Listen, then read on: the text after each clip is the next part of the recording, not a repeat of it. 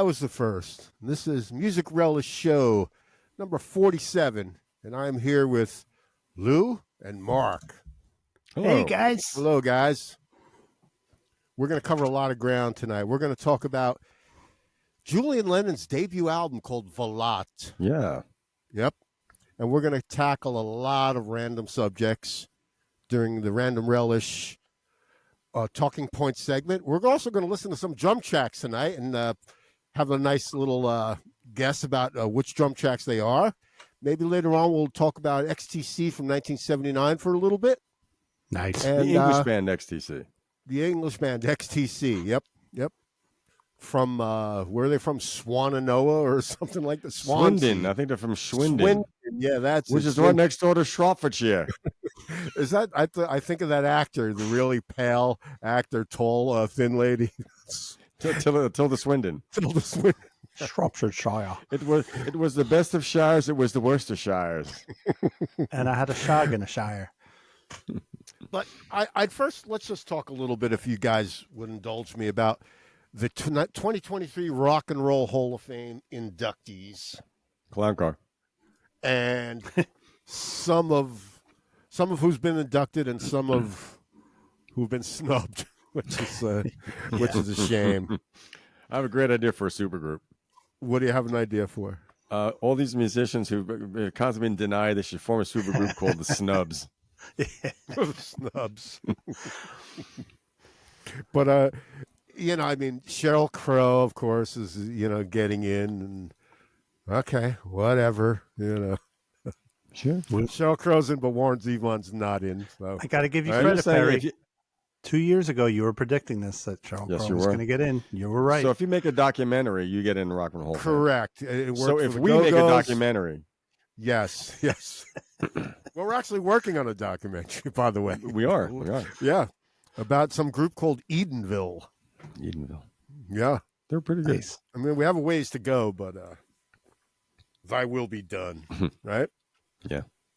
And yeah, so Tribe Called Quest snubbed. Wow. Yeah. Joy Division Snubbed. / New Order snubbed. Now, I'm Wow. glad Kate Bush got in. She deserves to be in, Yeah, Kate sure. Bush, right? Yeah. Anyone else you can think of that Joy Division. Well, was it their first shot at the ballot? First time? might have been. Wow. They are so influential and they are so well known. Yes. Cindy Lauper impactful. got snubbed. I'm And on I'm the happy with fence. that because I I'm could with you. not listen to her do a speech. I could not listen to her, Well, her That's an voice. act. That's an act. She would push that drug Really? as a commercial. She's very- I think Is, she's very- I is think it she's very really an posh act? indeed. Is it like I got- Gilbert Gottfried's voice where he really talks normal and Yeah. Do you think it's like kinda like I gotta that? wonder if it's not a put on. I think she does a pharmaceutical commercial now. That's what I was going to say. She would hawk that if she got her speech, Slantic. I mean, there is. I think she's Long Island or Queens, right? So who knows? Yeah, I mean, yeah. maybe we shouldn't say, but She's another one. it We've seems talked kinda about put this. on. There's artists that you like or you respect, but are they ready Yeah. for the Rock and Roll Hall of Fame? No. What has she done? I Yeah. know she was a big presence and she had hits, but really, Rock and Roll Hall of Fame? I don't know about Right. that. Yeah. No, Yeah, I mean, yeah. yeah, and I think she. I mean, she had a pretty good background before that. She was in a band called Blue Angel. So I think a continued impact upon the industry. Definitely not. Not to deny the big impact of Girls Just Want to Have Fun, or that was even Yeah. the name of the oh their yeah, record. yeah. Yep. But and it was cool. And all about empowerment. But continued input. No, I don't think so. Yeah. Yeah, yep. And also snubbed were Soundgarden. That's bullshit. Yeah. I think they should be in. It's like, do they consider it like, You know why? well, we already let a one Seattle band in or something? Like, I mean, I don't know the thinking that's involved. Yeah. And I think they were the better band than Nirvana, but that's a very controversial Interesting. opinion, but I like them. Yeah. I mean, there's a good argument for that.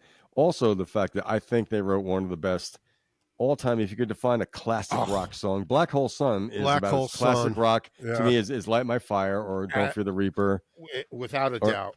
or Yeah. Smoke on the Water and anything like that. I think it's the whole sound of that song, the production, the playing, the singing, Without a doubt. that Absolutely. weird ass Yeah. video.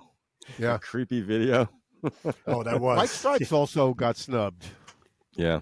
I don't know how you feel about that. White but Stripes. Maybe who? it's too soon. White Stripes.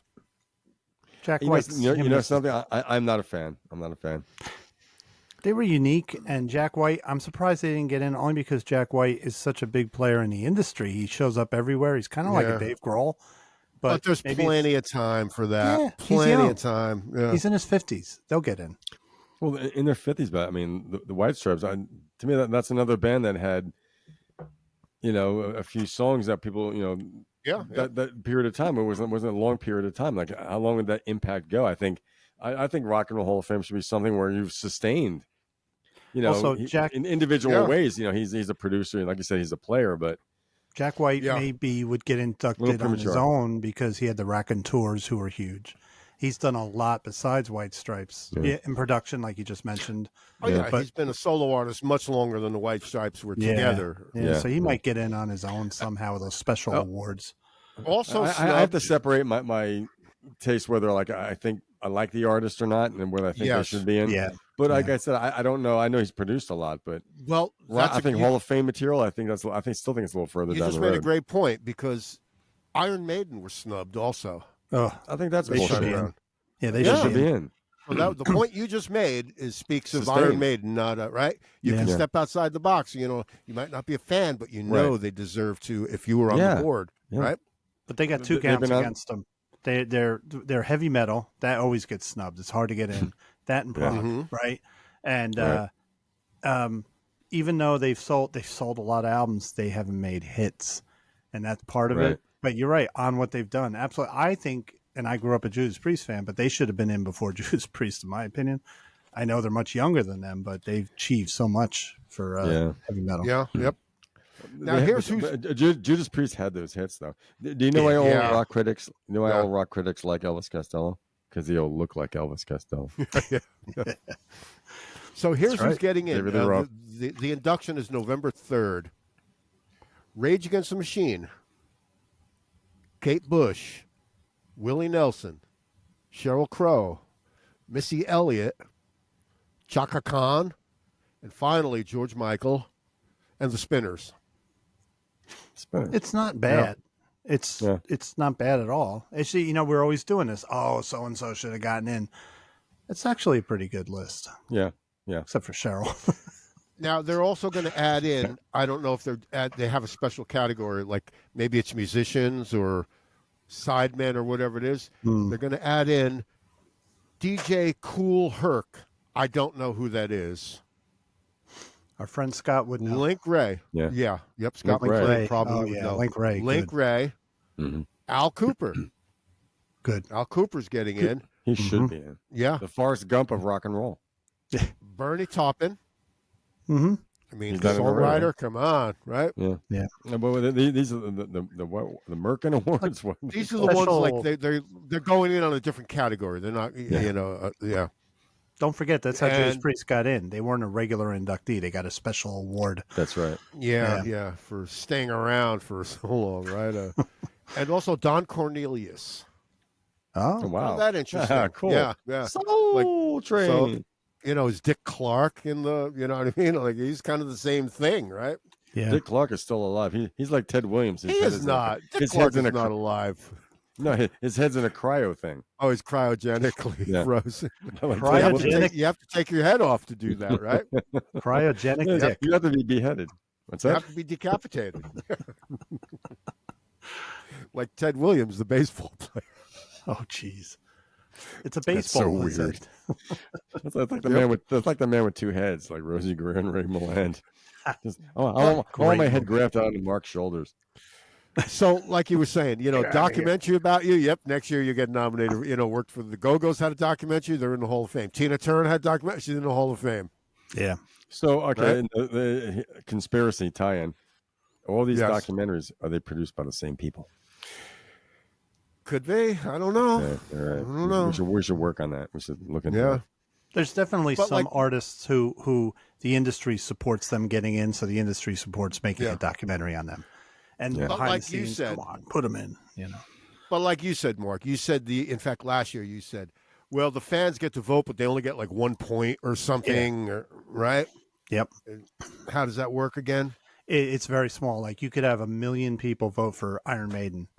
It only gives them 1 point. And I don't know how that process works, but it doesn't. Like you could have everybody in the country vote for one person.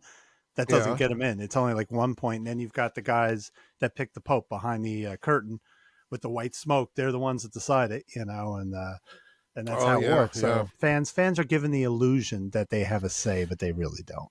So it's really a college of cardinals that decides who's in the Rock and Roll Hall of Fame. It's black smoke or white smoke. Yep. Yeah. That's why way back when they announced the Rock and Roll Hall of Fame, do you guys remember that? It was back in the 80s. Like, well, there's going to be a Rock and Roll Hall of Fame. Yeah. I was underwhelmed. I'm like, it's kind of bullshit. Like, I don't need to have rock music. I don't know. I knew it wouldn't work out. Yeah. You know? The idea was spawned by about 3 people, and Ahmet Ertegun was one of them. Yeah. Who created the Rock and Roll Hall of Fame. Okay. Yeah. Now, there's a good guy. And also Jan Venner. Jan Venner, was he a creator of it? He was probably one of them. Yeah. And maybe, who was the other one? Tom Hanks? Tom Hanks. Way back then when he when he was on Bosom Buddies? Yeah, whatever. Yeah, really. He was a member of the Oneaters. But he was cross-dressing. Was Jimmy Iovine there from the beginning? Was he a guy? He's been in the business. That's a good question. The origins of the ROR. Yeah, but if you could look it up, there's like there was a committee of maybe 3 or 4 people, or maybe 5. They were sitting at a dinner table somewhere in a restaurant, probably in L.A. Colonel Sanders dreamed this up. It was Ahmet Ertegun who actually said, "I see a Rock and Roll Hall of Fame," or he may have even said it, Rock and Roll Hall of Fame. Wow. Okay. You know what I'm going to do? Yeah. Next week, what are you going to do? I'll look that up and I'll tell you exactly how it went down. I will track down an eyewitness. Cool. Okay. Nice. Yeah. Okay. And now, I have to mention Ahmet Ertegun tonight. Really? Okay. The legendary Ahmet Ertegun. Okay. Atlantic Records.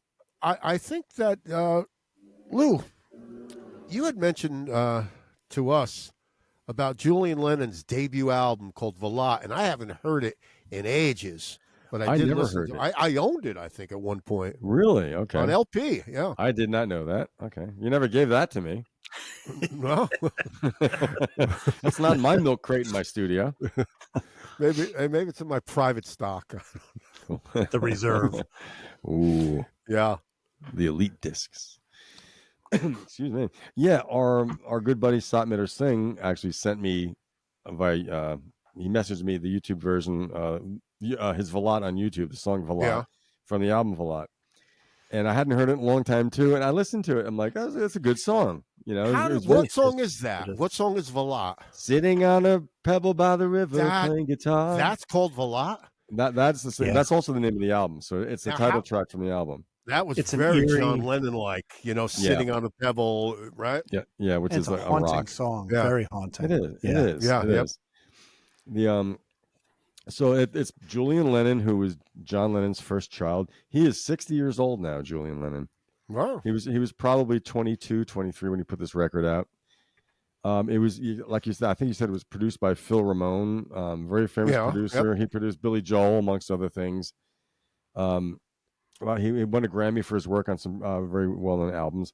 So it was released in 1984 on Charisma Records and also Atlantic. It was a certified gold record. People who have heard his music will know his 2 top 10 hits. Too Late for Goodbyes was the first single. Much too late for goodbye. That was a great song. It's a very, very catchy song, very 80s. Yeah.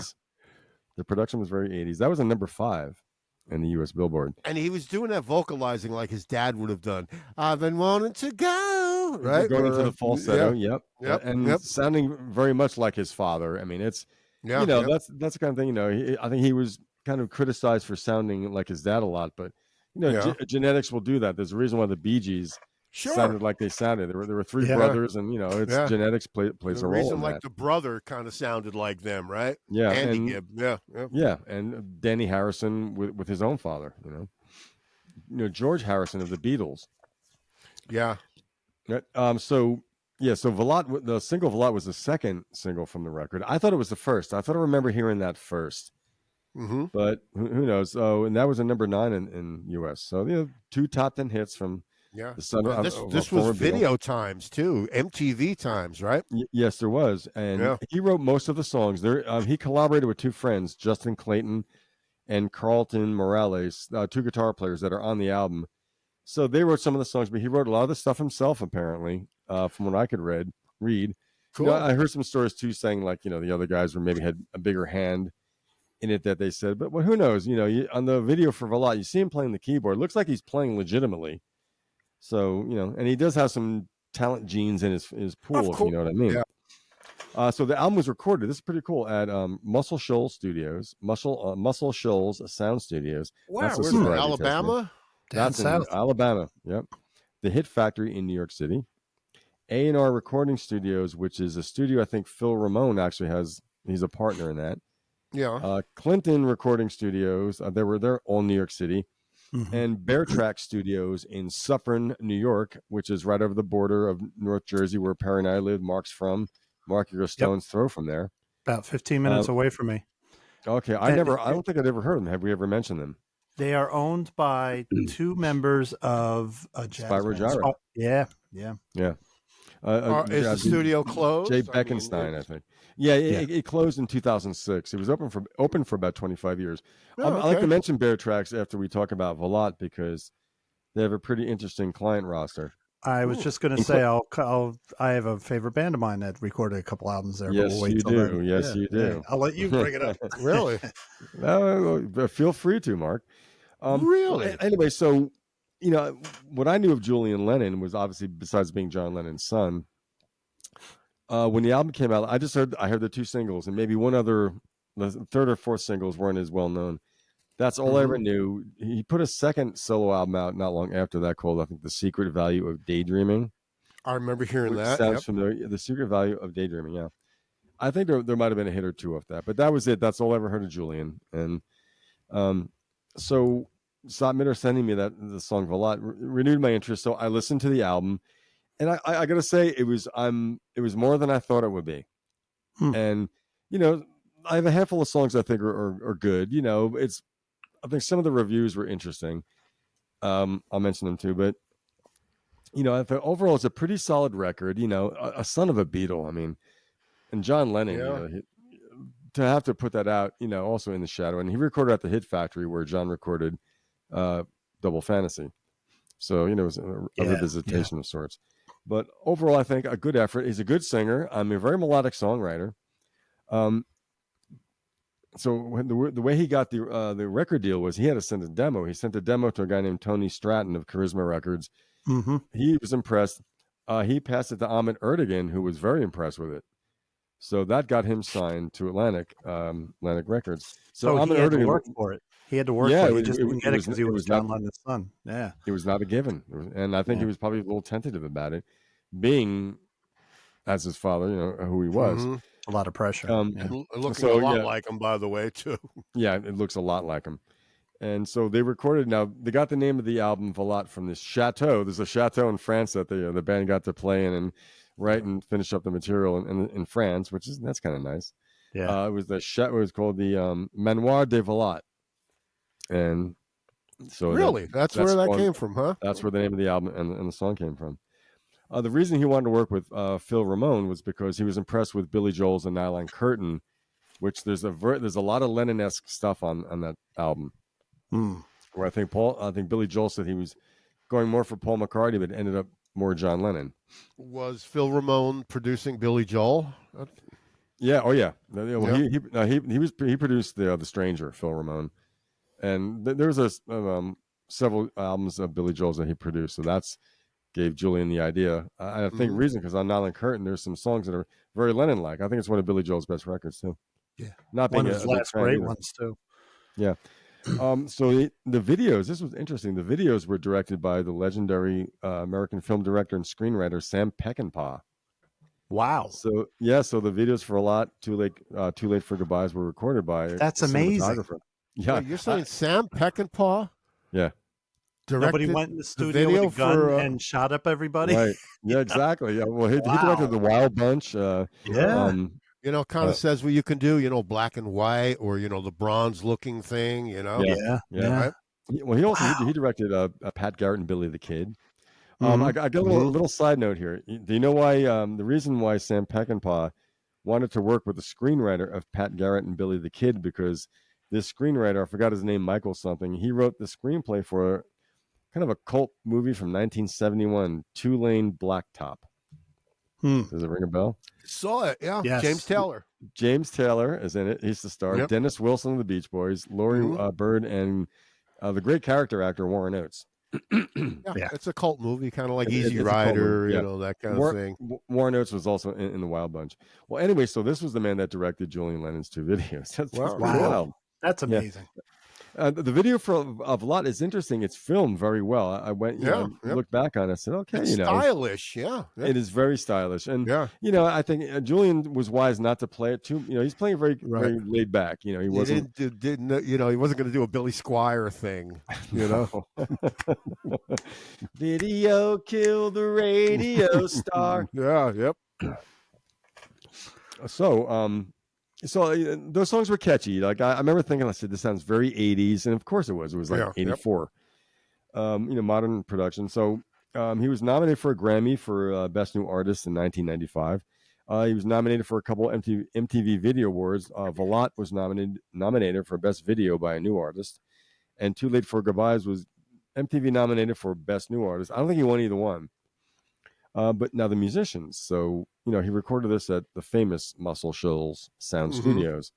So the players on this record, besides Julian on keyboards, I think he's more of a keyboard player than a guitar player. Yeah. And his two friends, Barry Beckett played keyboards.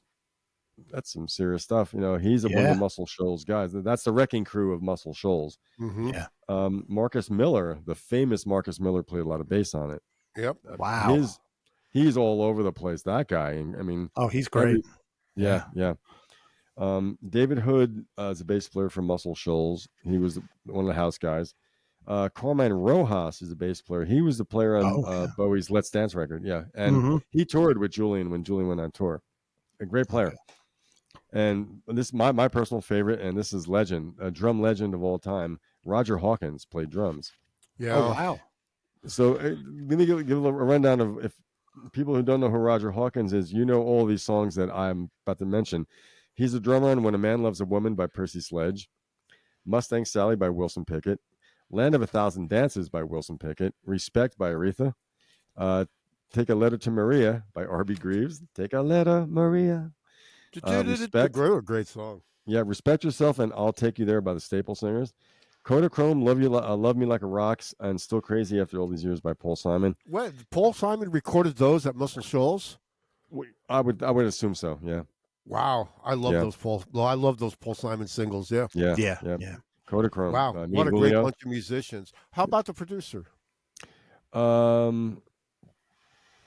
That was this was produced by Phil Ramone, but this is just I don't know who produced these individual albums. This is just a list of things that Roger Hawkins, the drummer on Valat, most likely, right. played on.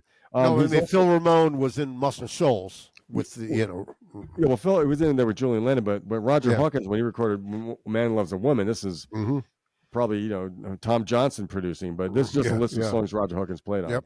Oh, okay. Just to give, I was giving a reference to people who may not know who Roger Hawkins is. Got it. Yep. But he's also on one of my most hated songs, "Old Time Rock and Roll" by Bob Seger. Ooh. I hate that song. I just can only see Tom Cruise in his underwear. He's also on one of my favorite Bob Seger songs, "Main Street." That's a good song. That is a good song. Yeah. That "Old Time Rock and Roll" is just like you made Chuck Berry may as well sing it. Yeah. Also, another drummer played on it was the name Steve Holley. Does that ring a bell? Yes. McCartney. Wings. Yeah. He was a drummer in Wings. I think Back to the Egg, maybe. Mm-hmm. Yep. Okay. Good record. Michael Brecker, the famous sax player of the Brecker Brothers. The horn, the Brecker Brothers, right? Yeah. And probably the best saxophonist in the world to many people. Yeah. Right. Absolutely. Sessions. Yeah. Also, I think that he's on. I believe he's on 10th Avenue Freeze Up by the Boss. Wow. Yeah. I think the Brecker Brothers are on that. remember seeing his Meeting name. across the river on Born to Run, that's Ron Carter on bass. The legendary, just Yeah. recently passed Ron Carter. Yeah. Did he just How's that? pass? Yeah, I he, follow- When? not long ago, within the last month or Because so. I've been following him on That's Julian. Facebook. I thought I saw a post from him the other day. Correct me if I'm wrong, please. All right, I'll find out. Yeah. I'm hoping I pulled an Abe Vigoda on him, and he's still alive. He's a jazz legend, and if you comment on his Facebook, he'll direct message you if he wants to talk to you about what you said. Like, he's in a point of his career where he appreciates people. That's still a very nice guy, but I'm gonna check right now. Okay. Well, there's Julian Lennon on the cover of his album Velout, his debut Now, album. we've all seen the cover. The style of the cover was kind of like the way the video was that you said Sam Peckinpah directed. Kind of, you know what I mean? That sort of. It's nice. It's understated. Yeah. Yep. And overall, I mean, when listening to it, there's some of it's kind of bland. You know, it's like I think people expecting, you know, don't expect power to the people or anything. It's or, a it's a mellow record. It's a very mellow record. Yeah. You know, he's a kid. I mean, it's a pop record. You know, Yeah. I mean, in a lot of ways, very much in its time. So some of the reviews were not so friendly. I really? I still remember a review, and after you finish yours, I'll tell you about the one I read. Yeah. Okay. Saturday Review gave it 2 stars and called it languid.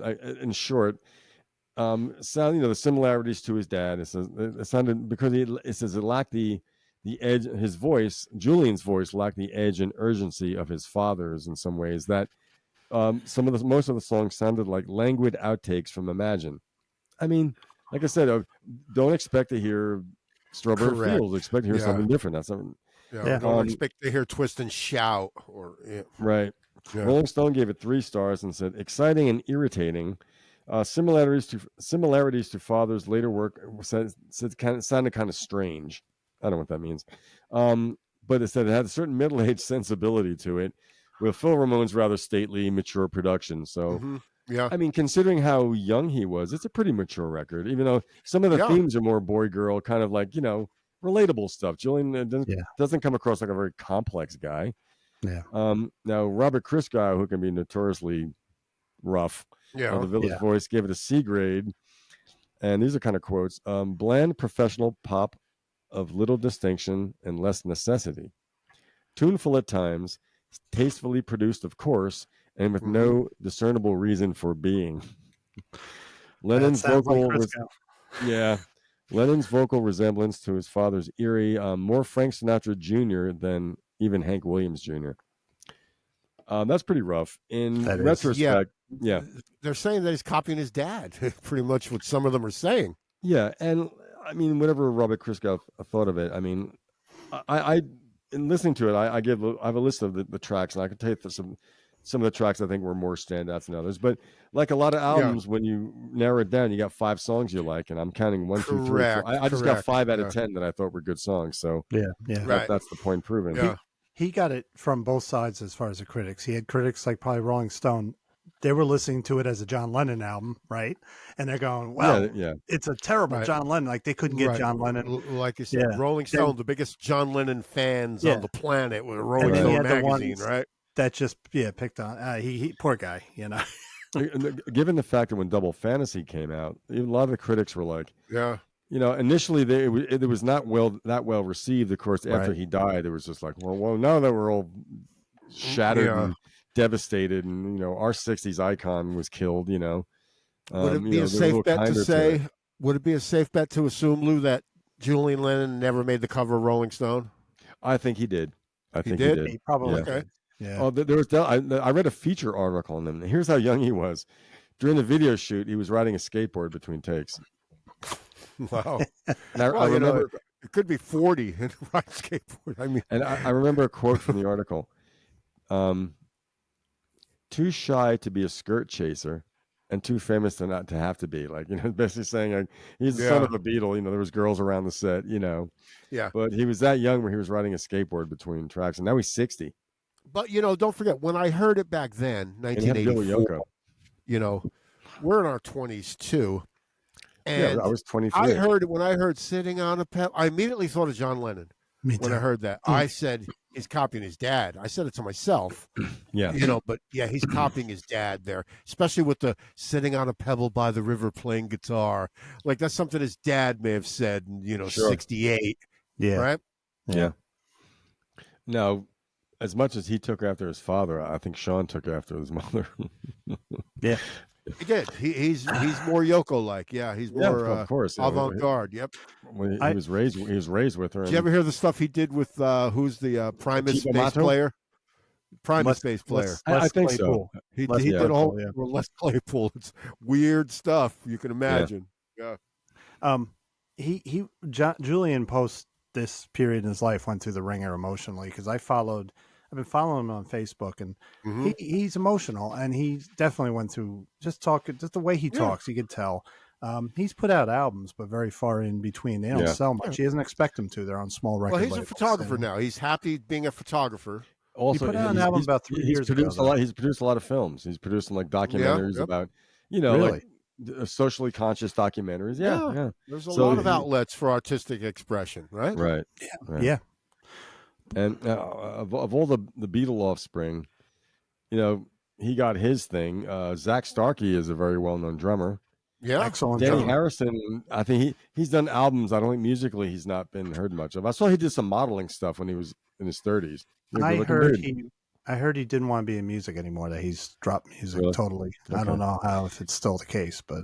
And James McCartney, Paul's son, has he done? I thought he was in a band, wasn't he? Not too famous in this country, but maybe in Europe he's much more famous. Yeah. So John and Ringo, their kids kind of more followed in the footsteps. With intent. So Zach Starkey's a hell of a drummer. Yeah, I saw him on the Who Quadrophenia tour. He can play Keith Moon's parts. Oh yeah. So Lou, this album came out in '84, right? You said yes. A lot. Okay, so '84, I'm a freshman, and one of my we talked about rock magazines last week. I lived for rock magazines. One of them, the review was so scathing. All they kept saying was, "He sounds like his dad."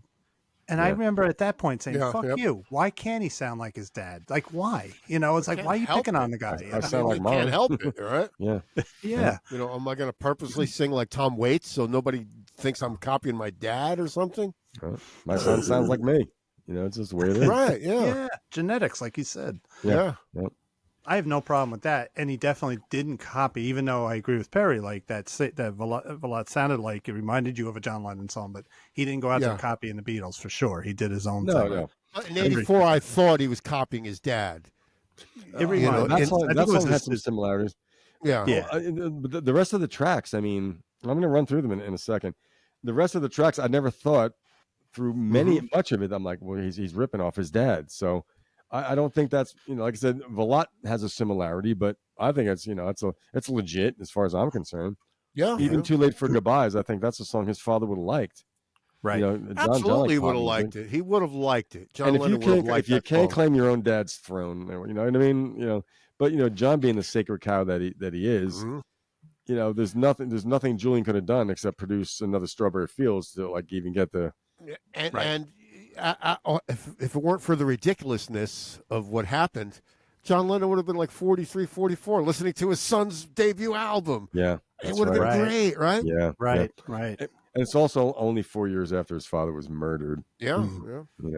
There's a story where I read that when he went to the Hit Factory, that's where John recorded Double Fantasy.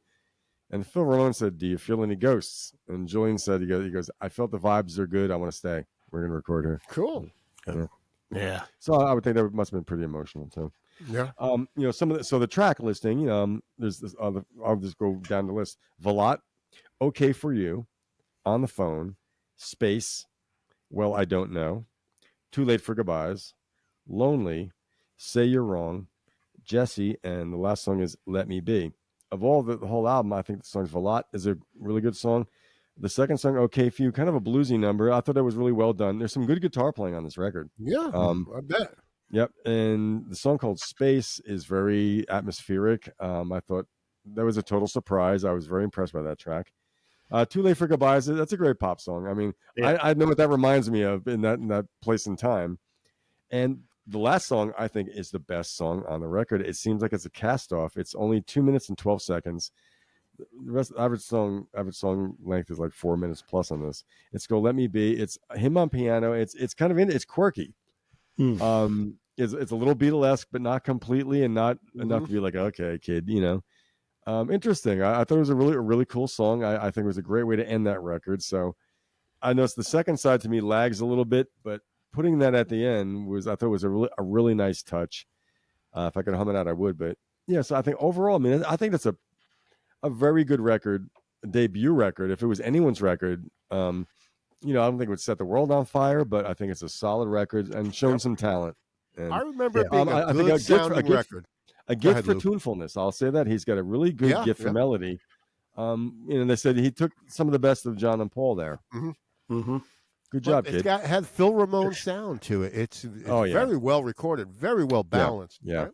And it's got some of that mod. It's got the synthesizers on it. It's got some of the drum machiney things, which are very much in their time. It doesn't sound super dated, although, looking back, how many years was that? 40? Pushing 40, I guess, 37 years. That's that's a good chunk of time. Yeah. So good job. Listen, I was like I said, I'm a freshman in high school. I'm a metalhead, and those two singles, Velat and Much Too Late, they hit me. I was like liking them, So it's my young brain, When you were a frosh, were your friends make fun of you if you listened to? If you listen to Velat when your friends are listening to Iron Maiden? No, actually. So in my high school, first of all, as far as metal, it was Judas Priest and Iron Maiden fans, and there were literal fights over it. I was in a Judas Priest camp, knowing that Iron Maiden were the better band. But Velat, I had no problem with that. My thing was I was a Prince fan. I kept that one quiet.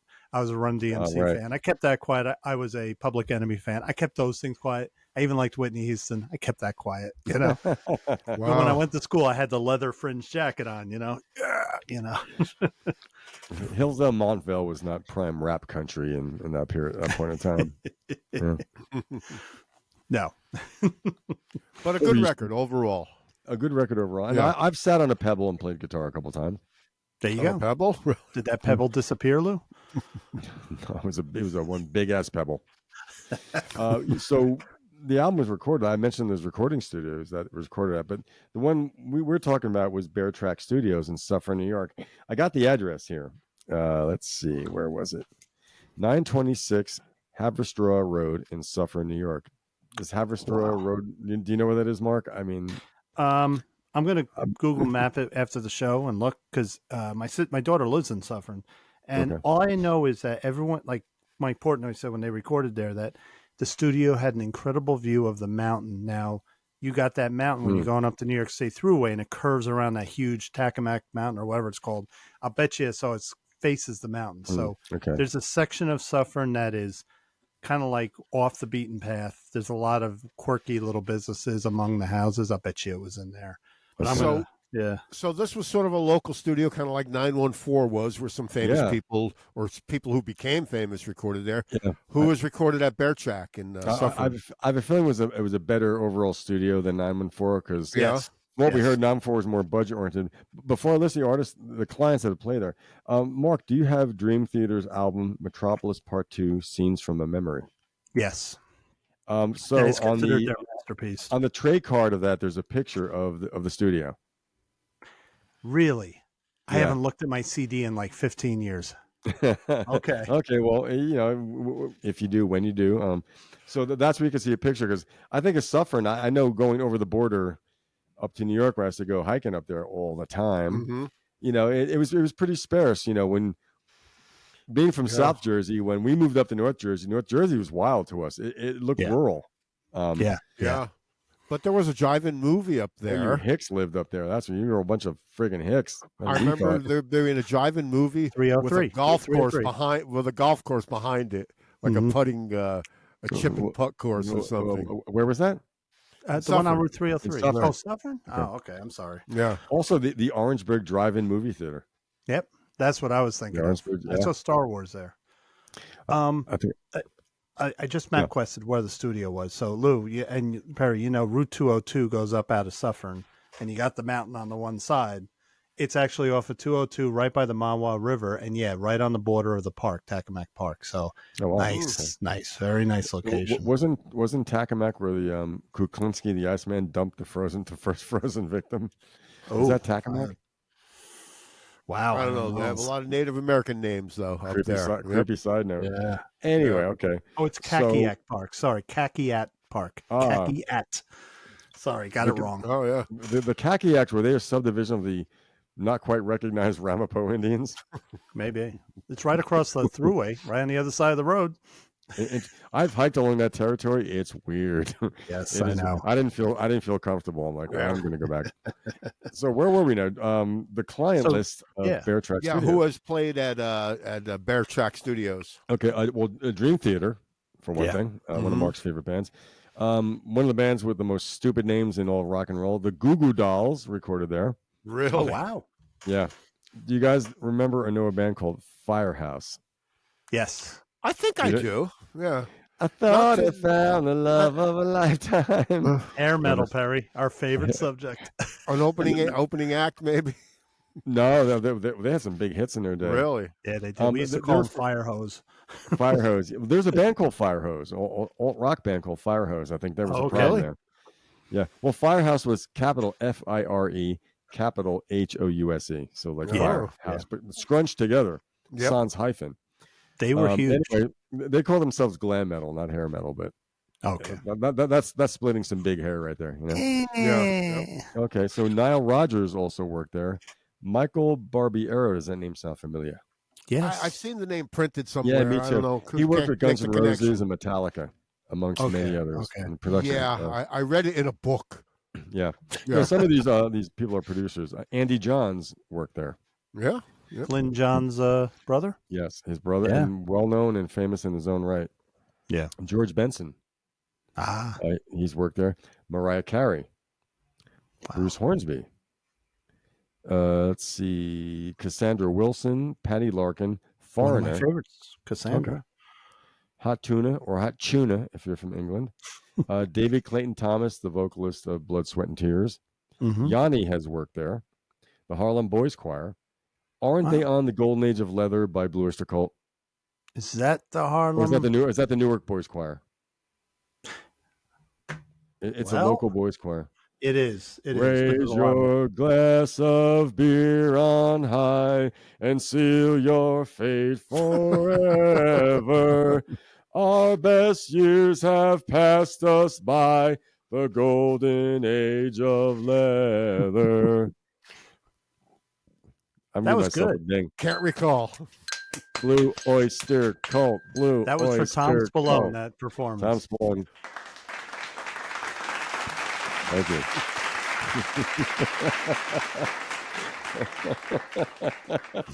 Wow, Wikipedia doesn't have a page dedicated to that song. I'm shocked. Oh, wow. Perry, did you miss the whole roster list of artists who have... No, I was right here all the time. Okay. Yep. Okay. Yeah, so on the Harlem Boys Choir, Gary Moore, the English. Gary Moore, he's a Les Paul guitar player, right? Famous. Yeah. He was a heavy metal guy, and then he turned to blues. He had his biggest hits ever was blues. Yeah, I get the same old blues over here. Yeah, the blues or the booze. The blues, and I think blues is BLOOZE, right? Yeah, because it rhymes with booze. You sounded like Mick Jagger talking to John Lennon. Remember in the rock and roll circus? You're the blues, John. You're the blues, John. Did you really say that? Yeah, you're the Dirty Mac. 10,000 Maniacs. That wild and crazy band of crazy people. This was Natalie back when Merchant, out of control. Natalie Merchant was still in the band. That's a good point. I don't know. Yeah, they did albums without her, right? Yeah, they did. Yeah. And Max Weinberg she left the band. Sure. Yeah. So Roseanne Cash has worked there. Judy Collins, Anthrax, and finally, the band.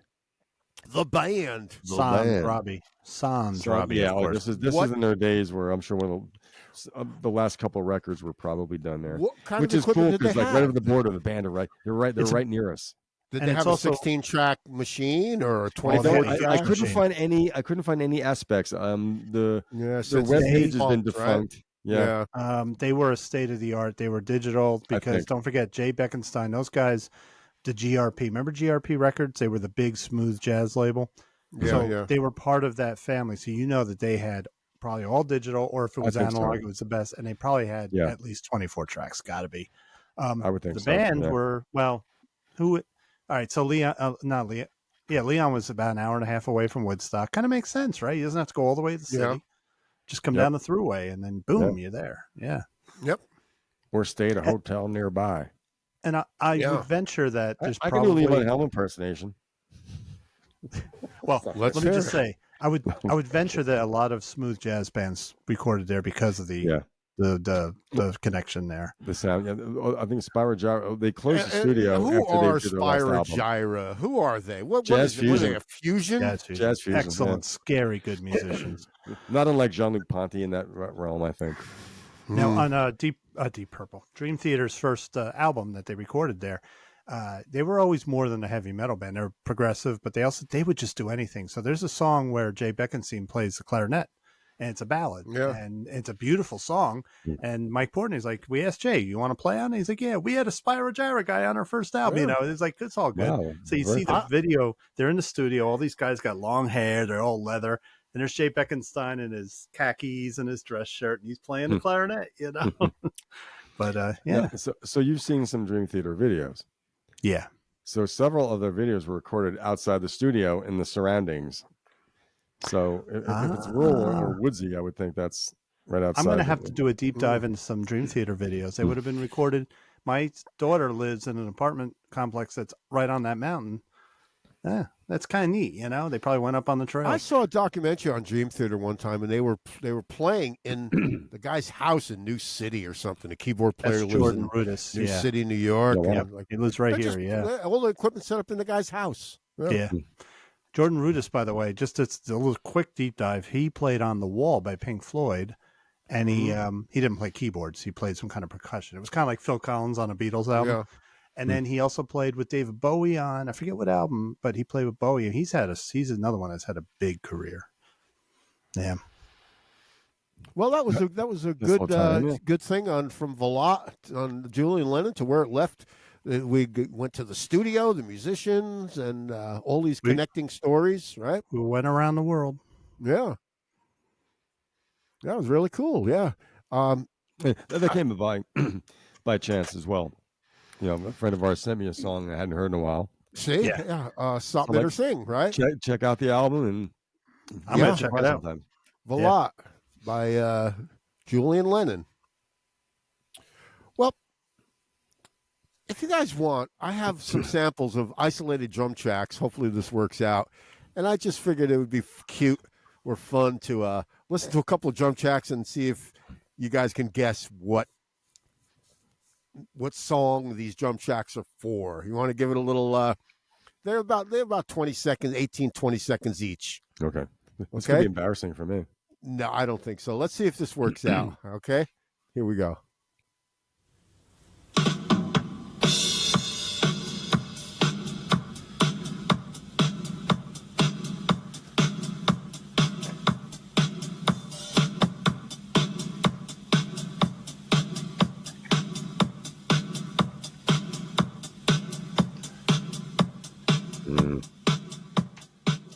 I think the little lead in might give it away, right? I need to hear the lead in. What do you think it is, Mark? Stevie Nicks sings it, and it's called Dreams. Ah. You are right on, man. That is. But Lou would have gotten it. Matt If he heard- James. If Lou I'm heard the embarrassed. intro, he would have gotten He it. would That's how I got have it. boom, boom. Yeah, yep. Boom, boom. So that wasn't fair. Lou, I won't even comment on next No, one. no. I wouldn't. I was listening to that whole part after that. If you now you hear the song in your head, you're just going boom, crack. Yeah. So that could be any song in the world. It's just Yeah, that intro. It can be. You're right, but with the delicate Mark guitar, gets the point. right? Like, very good. Mark has embarrassed me. I'm No, humiliated. Well, how about this one, Lou? It's You more go than first. Lou. You go first on this one, Lou. All right. Yeah, or whatever. Let's try this one. Yeah, I'm a drummer.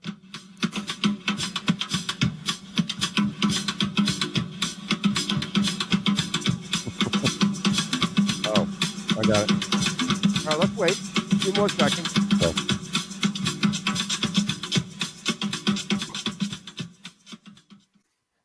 So, Sympathy What for would the you devil. say that is?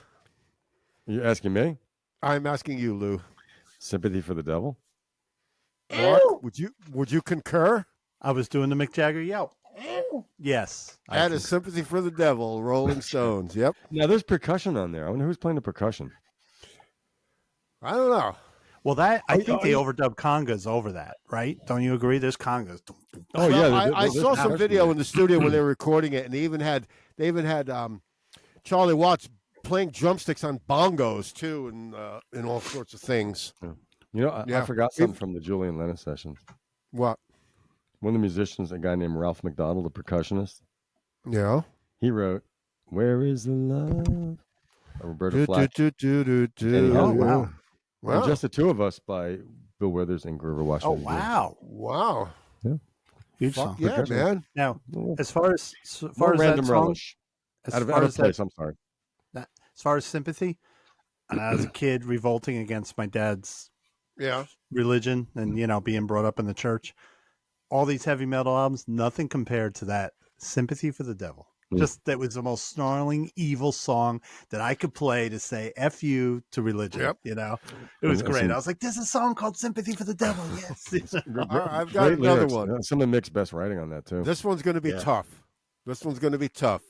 Hmm. Okay? If Yep. you need to hear it again, let me know. Here we go.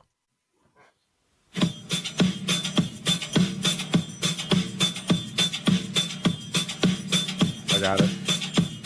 Okay, hang on.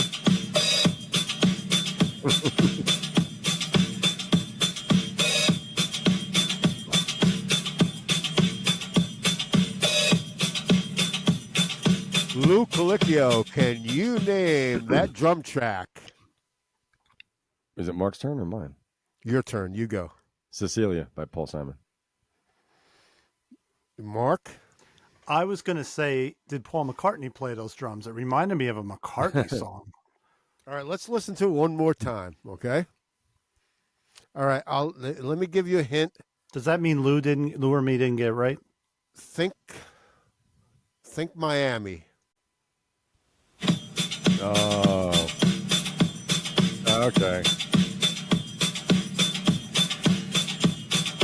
What do you think? Jive talking. Mark? I have to say, I agree. I know it's a Bee Yeah. Gees. We'll give it to you. It's Staying Alive, but it's the same thing. It's That's funny. yeah. Now, correct me. I gotta let it play through. It's almost over. That's one of the first. Is this the drum one that loops. goes? You can tell out of the way. I use my walk as a little man. Okay. No How time about to this? talk. Is that the one? Keep it going. Can you keep it going? Yeah. I'll do it again. Hang on. Oh, Cecilia, you're breaking my heart. You're shaking my confidence daily. Yeah, it sounds very much like it. Yeah. Yep.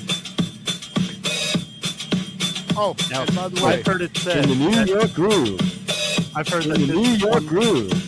I've heard this is one Get of in the the back first of my drum loops. Cadillac. I heard in the studio. This is one of the first drum loops ever made. Like it's a loop that they literally put the tape around, and it was the Loop-de-loopa. first time really that has been done. the That's drummer's name was like Dennis Bryan or Dennis Byron, something like Yeah, that. something Yeah. like that. Yeah. but Right. they had the tape wrapped around the heads, going over and over, and that's one of the first times they did that. And they made a song around the drum loop. Okay, So- here we go. Let's get this one. Let it play through. It's about 18, 20 seconds.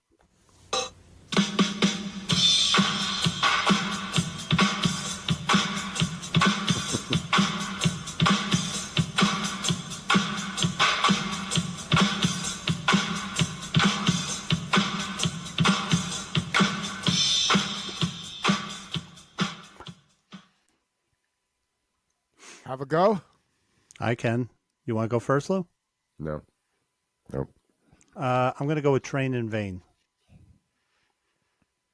It is the Clash. Oh, but it's not "Train in Vain." No. You want to hear it again, Lou? It's the Clash. That's Okay. that's the key. There you Okay. go. Oh God, how could I? Rock the Casbah. Rocking the Casbah, rocking the Casbah. Okay, that's a give right there. Yeah. Yep. Now that was my turn. I missed the intro, but I king was called hearing out the his bass. jet fighters. I was hearing the bass going boom bam boom ba-dam, Right. ba-dam, boom boom bam. What, Now, it's funny because once you get past an intro, the drum beat. I have this idea that rock's got 4 or 5 basic drum beats on so many different songs. absolutely. Like the Absolutely. Fleetwood Mac song, boom, 1, 2, 3, Right. 4. Well, like you said, the first that's a little lot of thing, stuff. boom, boom, boom, boom, boom, right? Yeah, yep. Okay, I've got 2 more. This one you're both going to nail, so I shouldn't even bother even giving you a warning about it. Let's just let it go.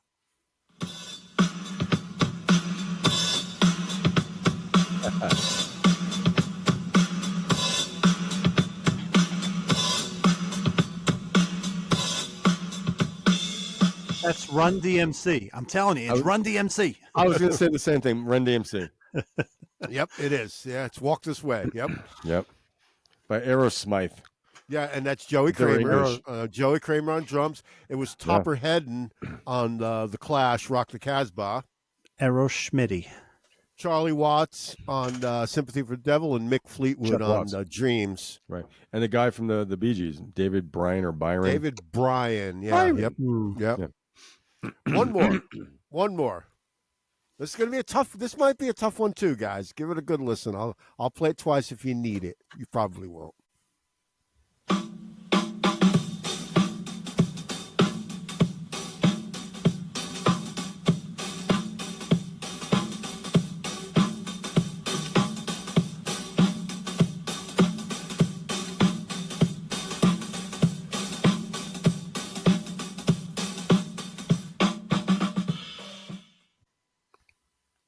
The intro. I know that in the beginning, and I can't. That sounds like a drum part only a guitar player would ever think of playing. You're right on, man. But it's Stevie Wonder playing the drums, though. It's Superstition. It's Stevie Wonder on drums. Yep. Yeah. One of my favorite drummers. That was cool. That was yeah, good, you guys man. did That good. was really good. Yeah. That was excellent. You got to try to hit was us fun. up with some more. Yeah. Maybe, in the near future, we'll do some more. Why don't you do bass parts so no one will ever get it? Yeah. Yeah. I thought about that too. But before we go into, Bass before parts we and go hair into, metal. Do. As a drummer, I can make fun of bass players. Everyone makes fun of drummers, but I can make fun of bass players. before we go into, we're going to go into random relish in a minute. Before but we do that, I think there's some Chinese food being delivered. Okay. Cool. Wait a Live second. action. They have Chinese food in Asheville? Yeah. Asheville has everything. Man. Wow. They got a guy from New York who makes pizza. He's got a pizzeria out there. They got everything And, out. Do they I have, said, Lou, I was down there one time. We were downtown Asheville. I said, Lou, this pizza's great. He's like, yeah, the guy's from New York. do they have oceans out there, Perry? Do they have oceans? You got to come out to Chicago. They got an ocean and everything. Dumb people making a lot of money. We're seeing a lot of that now. They got an ocean and everything out there. I brought it up on the show before, but if you ever hear the isolated drum track to "Fool in the Rain," it's amazing. It makes you. It made me realize that John Bonham is a virtuoso. I never thought of him as a virtuoso until I heard that. I was like, "Holy cow!" Yeah, So. but then again, he was doing the Purdy Shuffle, wasn't he? And he was doing the Jeff Porcaro thing too, wasn't he? That's right. Yep. That's right. Yep. Just very like Keith Moon. They were kind of limited. Like Keith Moon, there's a song from the Who called "Music Must Change," and Townsend had it in a strange key of time signature, and they ended up the rhythm. If you listen, it's someone walking, the boots walking, because they couldn't get Moon to do it. And Diermaker or Jamaica from Led Zeppelin. Page wanted Bonham to do more of a reggae feel. He couldn't do it. They did one thing, they did one thing good. So, thing about Robert Plant, why don't you just call the song Jamaica? You know, Americans, we're going to do it phonetically. Diermaker. Why wouldn't we? Yeah. Like in England, it's hot tuna spelled HOTCHUNA, like hot tuna. We can play that game. Like Rumors, the way Rumors was spelled in. Ladies and gentlemen, I wanted to introduce you to a little band from America called Hot Tuna. Rumors, the Fleetwood Mac Rumors, right? That was spelled the English way, right? Yeah. Oh, Yeah. I Yep. do that all the Well, time. there it is. There's the cover. He's got That's balls, man. Oh my god, that's pretty That's great. I want that on a T-shirt. bad. I got my General TSO's chicken delivered. Chose. I'm too self-conscious to try to pronounce Chinese. So whenever Chinese, I say, I like the General TSO's chicken, please. All our Chinese restaurants have online I ordering. don't want to Great. insult anyone. But we're going to go into random relish. But before we go into random relish, I just want to play this little clip of Dave Letterman teaching Jerry Garcia how to play Proud Mary. Up there. Wow. And then right down there. And then that's it. Yeah. It hurts. Yeah, well, after a while, see these? You build up calluses like on my fingers. I get Okay, it. now go ahead and if you strum that. Let's see. Yeah. Like this. Yeah. It's Proud Mary. Yeah. Right. Great. All right. Working for the man. Yeah. Never lost the will. I never lost. Practice that up. Maybe you can go to the show. Great.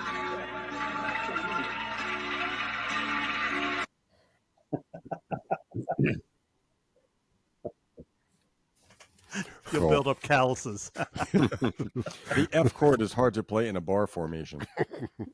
Yeah, that's for sure.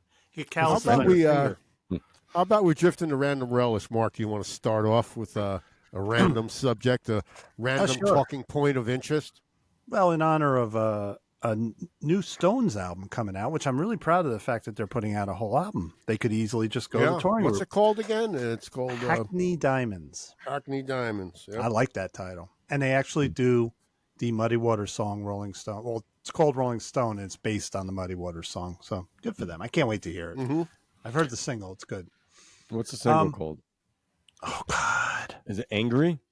Yeah. There's a video. There's a video to go along with it. I too. heard Yep. the tail end of it today.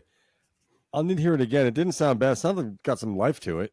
Yeah. But I didn't hear enough of it Yep. to really, I knew You that know- was you know, Mick. I knew that was Mick. I buy all their albums because even I would never, sorry, I'm not, that one album with Harlem Shuffle I'll never buy, but all their albums have at least 4 or 5, at the very worst, good songs. And the last couple albums, Bigger Bang had almost the whole album I liked. So it's just, I'm hearing Keith, Really? What was Harlem Shuffle on Dirty Work? Was That's that the album. That was a horrible album. It was so bad. I don't know. I didn't like it. It's a low I just point. felt- Yeah, their relationship, Mick and Keith, was at an all-time low, and Mick was acting. Oh, he's doing his solo stuff, and that's all he cared about, Is that when Charlie punched him in the face? Yeah, it was around that time. Okay. Charlie started smoking weed and drinking in his 40s. Remember, he was going through like Really? I can be a rebel too. He was kind of straight-laced up until that point. I thought Really? he did the whole rehab thing with the rest of them. No? No, not from what I heard. Well, when Anyway. when the Stones tell these stories, they could be stories, But what Yeah. I heard from Keith, much myth. I think in his book, he kind of intoned that Charlie was kind of didn't do all the shit they did, but then in like when he turned 42, he started smoking. Like, what the fuck? What are you doing at 42, starting to smoke? Good for But, him. he played the part for all those years, and Well, whatever. it's like Alan Arkin, in Little Miss Sunshine. He starts doing heroin when he's old. He's like, I'm old. And then what Yeah, did kill me in Mick, 10 years? what did Mick say that got him punched? Like he's my drummer or something? He called him my drummer. He goes, what the fuck is my drummer? So Charlie, I think, took a shower, got dressed up, and went down there and Punch Mick in the face. says, don't ever call me your fucking drummer again. You're my fucking singer. That's fucking great. That's great. Then he peed on him. No, No, but you peed on. We know who you peed on. I pissed on Paul Simon's face. Yeah, there you go. I said peed, the nicer term. So anyway, Hey. Keith, Keith, one thing about him, he's very opinionated in all matters. And he's not exactly nice when he talks about certain other bands and artists. So I found a collection of some of his comments on fellow musicians and bands. Yeah. Okay, so let's start with David Bowie. In 2008 interview with Uncut, he claimed that Changes was the only Bowie song worth remembering. It's all pose. It's all fucking posing. It's nothing to do with music. He knows it too. I can't think of anything else he's done that would make my hair stand up. Maybe he was jealous that Mick did that video with David. I don't know. So Doubt it. I doubt he probably had a good laugh over it. I know I Yeah. did. We all did. The world left at that. Well, it was for Okay. charity, wasn't it? Yeah. Yeah. But funny that you said that about me. I could see him not liking Bowie. I read that and I'm like, whoa, I fucking love Bowie. Oh wait, yeah, Richards, he wouldn't like Bowie. I could see that. You know? Yeah. Bob Dylan. In a 2014 interview, he said, "Bob's a nasty little bugger." I remember him saying to me, I could have written Satisfaction, Keith, but you couldn't have written Desolation Row. I said, well, you're right there, Bob. I love that. Wow, interesting. Yeah. But, you Yeah, know, well, they he's appear honest. together. You know, he's honest, but he changes his mind too, right? The band. Okay. The band. Yeah. So he saw the now renamed band at the Dylan gig on the Isle of Wight, and he was disappointed. Dylan was beautiful, especially when he did the songs by himself, but the band were just too strict. They've been playing together for a long, long time, and what I couldn't understand was their lack of spontaneity. They sounded note for note like their records. They just didn't seem to come alive by themselves. I think they're essentially an accompanying band. Kind of interesting, you know? Well, so he's kind of saying they're going through the motions, right? And maybe it was a bad gig. Well, for You one know? thing, fuck him. Yeah. Fuck you. And your 5-string guitar. Can't play 6? Yeah. No, All right. You know, I mean, I'm wondering now, Isle of Wight, that was the summer of what? Was that 69 also? 71, the 69, year that 70, Jimmy yeah. died. Okay. Yeah, Now, they did a couple. as a band aficionado, one thing, you know, their initial, I mean, you can tell stage fright is about their stage fright. When they were, you know, when they were playing behind Dylan, I mean, Keith made a good point. You know, there are great backing musicians. If you look at The Last Waltz, they backed up a lot of people really well. Yeah. But they were never fully comfortable on stage, like fully comfortable. So he might have, like I said, I think maybe it wasn't at their best. Robertson said at Woodstock, they were like, what the fuck are we doing here? They said they felt like a bunch of preacher boys in the midst of this chaos, but their music was supposed to be so tightly. The music was the opposite of all the bombast and all the excess and all the histrionics that were also going on around them. You know? Lou, I'll Robbie tell you Robertson something. spoke ill of the Doors. I just recently got the reissue of the band album, and the second disc is their whole Woodstock gig. And to me, it sounds like they were light years ahead of a lot of the bands there. They were playing very professionally. They were playing excellent. They were, but it was very tight and controlled. That was their idea. Yes. Well, everyone else was playing guitar solos to the end of time, and you know the Stones are the Stones. I mean, no one can touch them at what they've ever done. Right. Yeah. Right. That's not even a question. But I mean, I'm not irked by his thing. I can actually see certain points of it. With his perspective, you know, as he was looking back to 1971 from what year. But I could see in the midst of all those acts that they were, you know, like I said, they didn't stretch out.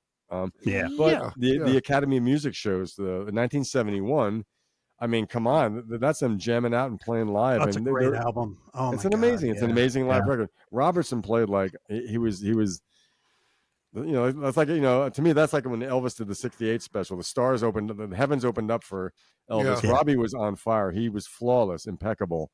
Yeah. But I playing with a appreciate certain Keith's touch. honesty, though, too. I mean, Keith Yeah, always well, said, sure. he always said about George Harrison, he says he has a thin guitar sound. He always said that about George Harrison.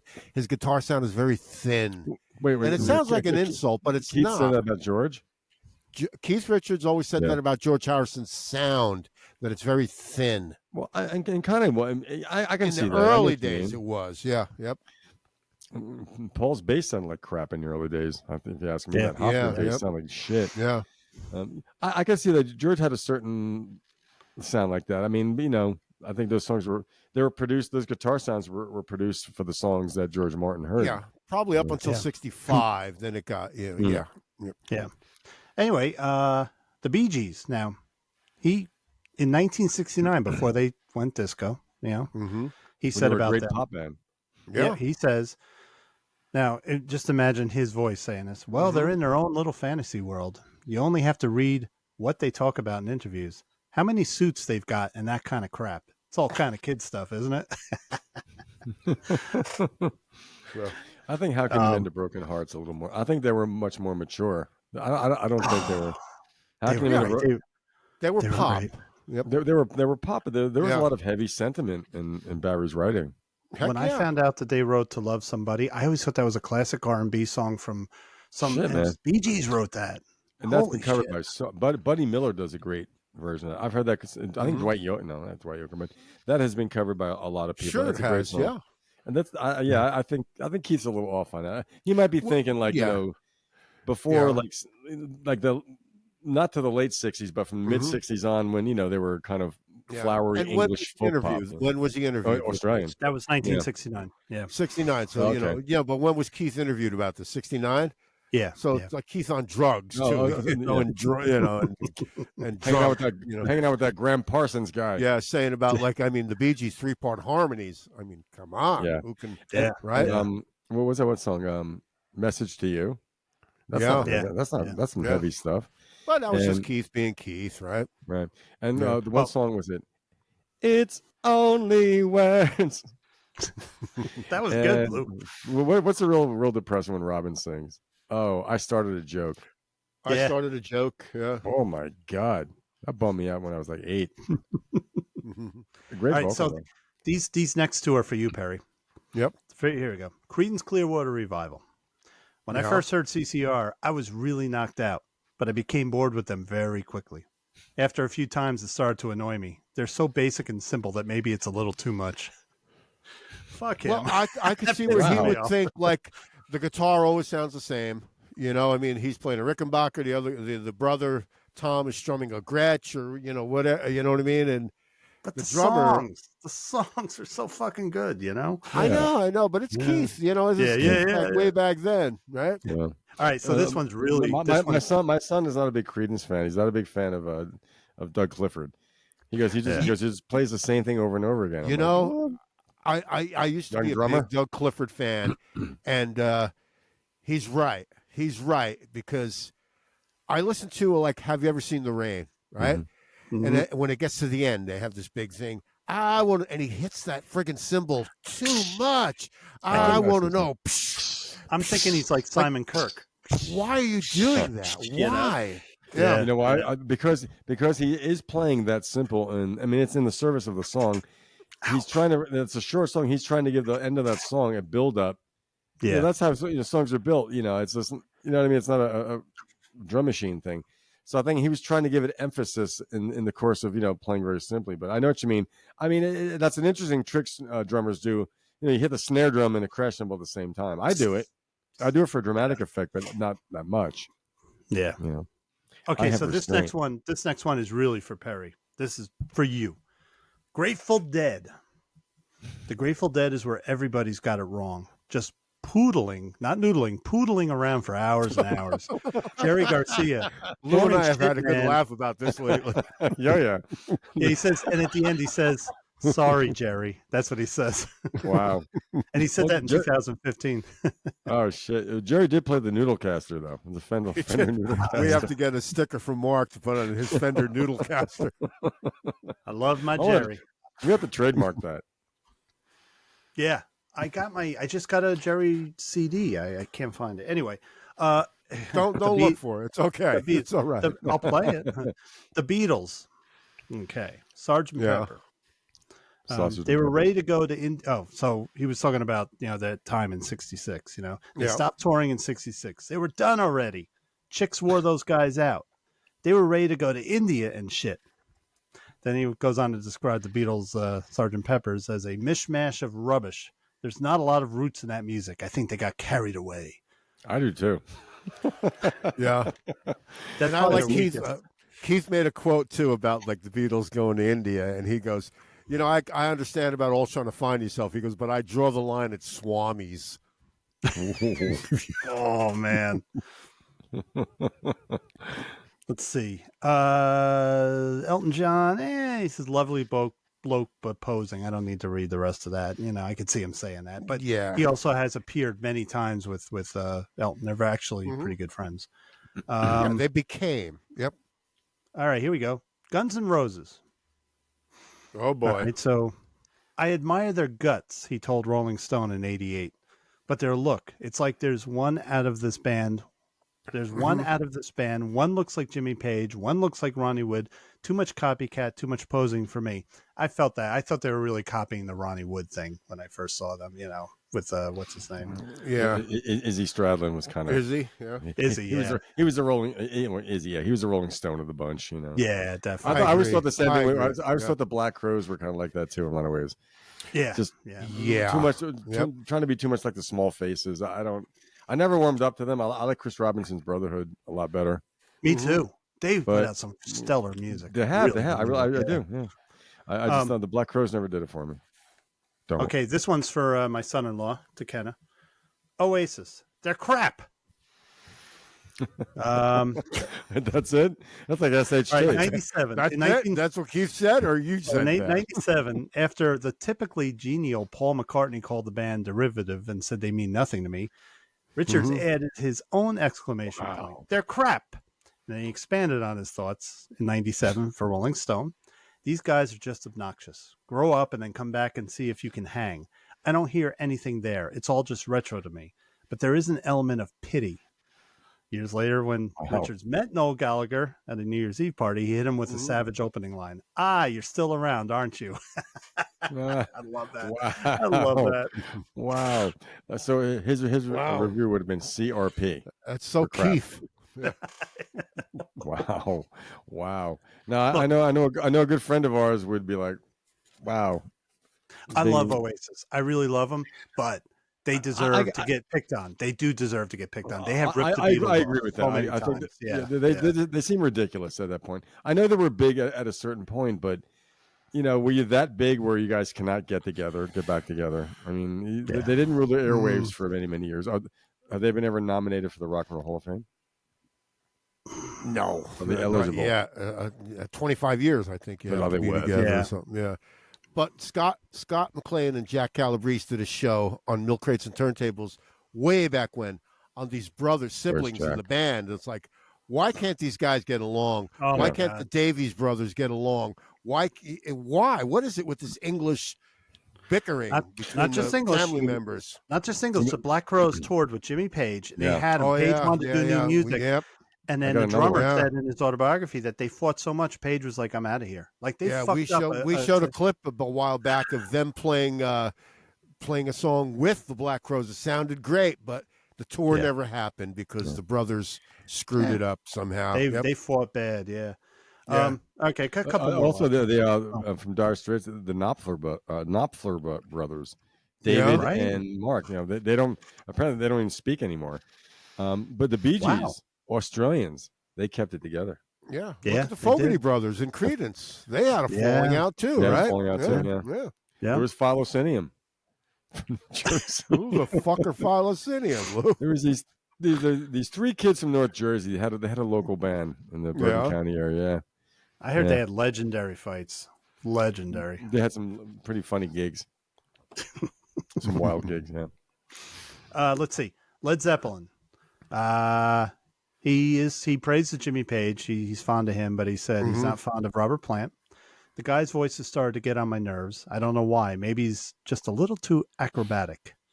I always felt there was something a little hollow about it. Don't you know? So I disagree with that, but that's his opinion.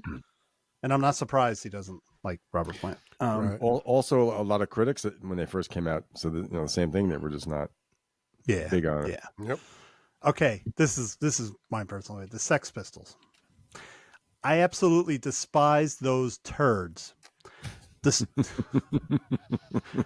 they says the Stones should have quit in '65. Oh, Sid Vicious argued. I'm not reading this right. Oh yeah. Oh yeah. Right. I absolutely despise those Yeah. turds. Then Sid Vicious said the Stones should have quit. Yeah. He's being a Richard punk. said, Yeah. Richard said, just let them try. We're the Rolling Stones. No one tells us what to do. Then he Yeah. questioned their substance. There's more to it than saying shit on TV or learning to spit by practicing in the mirror. I fucking love that. I love it because they were talentless fucks. They really were. But they were It was punk. The punk was an act. It was all an act. Yeah. Yeah. Johnny Rotten, a couple of years later, ends up doing albums with Bill Laswell, Steve Vai, and Ginger Baker, which I think Public Image Limited is much better than anything that the Sex Pistols did, and it's more of a statement than music anyway. Speaking of Steve Vai, I have a little thing on random coming up about him too. Okay. Well, I actually found a couple more real quick. Spice Girls, just a lot of tarts. Prince, insulting to our audience. He opened for the Stones and he said he was trying to be Stevie Wonder. He's got a problem with his attitude and it comes across on record. Prince has to find out what it means to be a prince. That's the trouble with conferring a title on yourself before you proved it. That was his attitude when he opened for us on tour. It was insulting to our audience. You don't try to knock off the headliner. That's what Guns N' Roses tried to do to Aerosmith. He's a prince who thinks he's a king already. Good luck to him. Well, yeah. That's Justin Bieber. I will refrain from comment. Justin Bieber. Wait, before there are no sacred cows.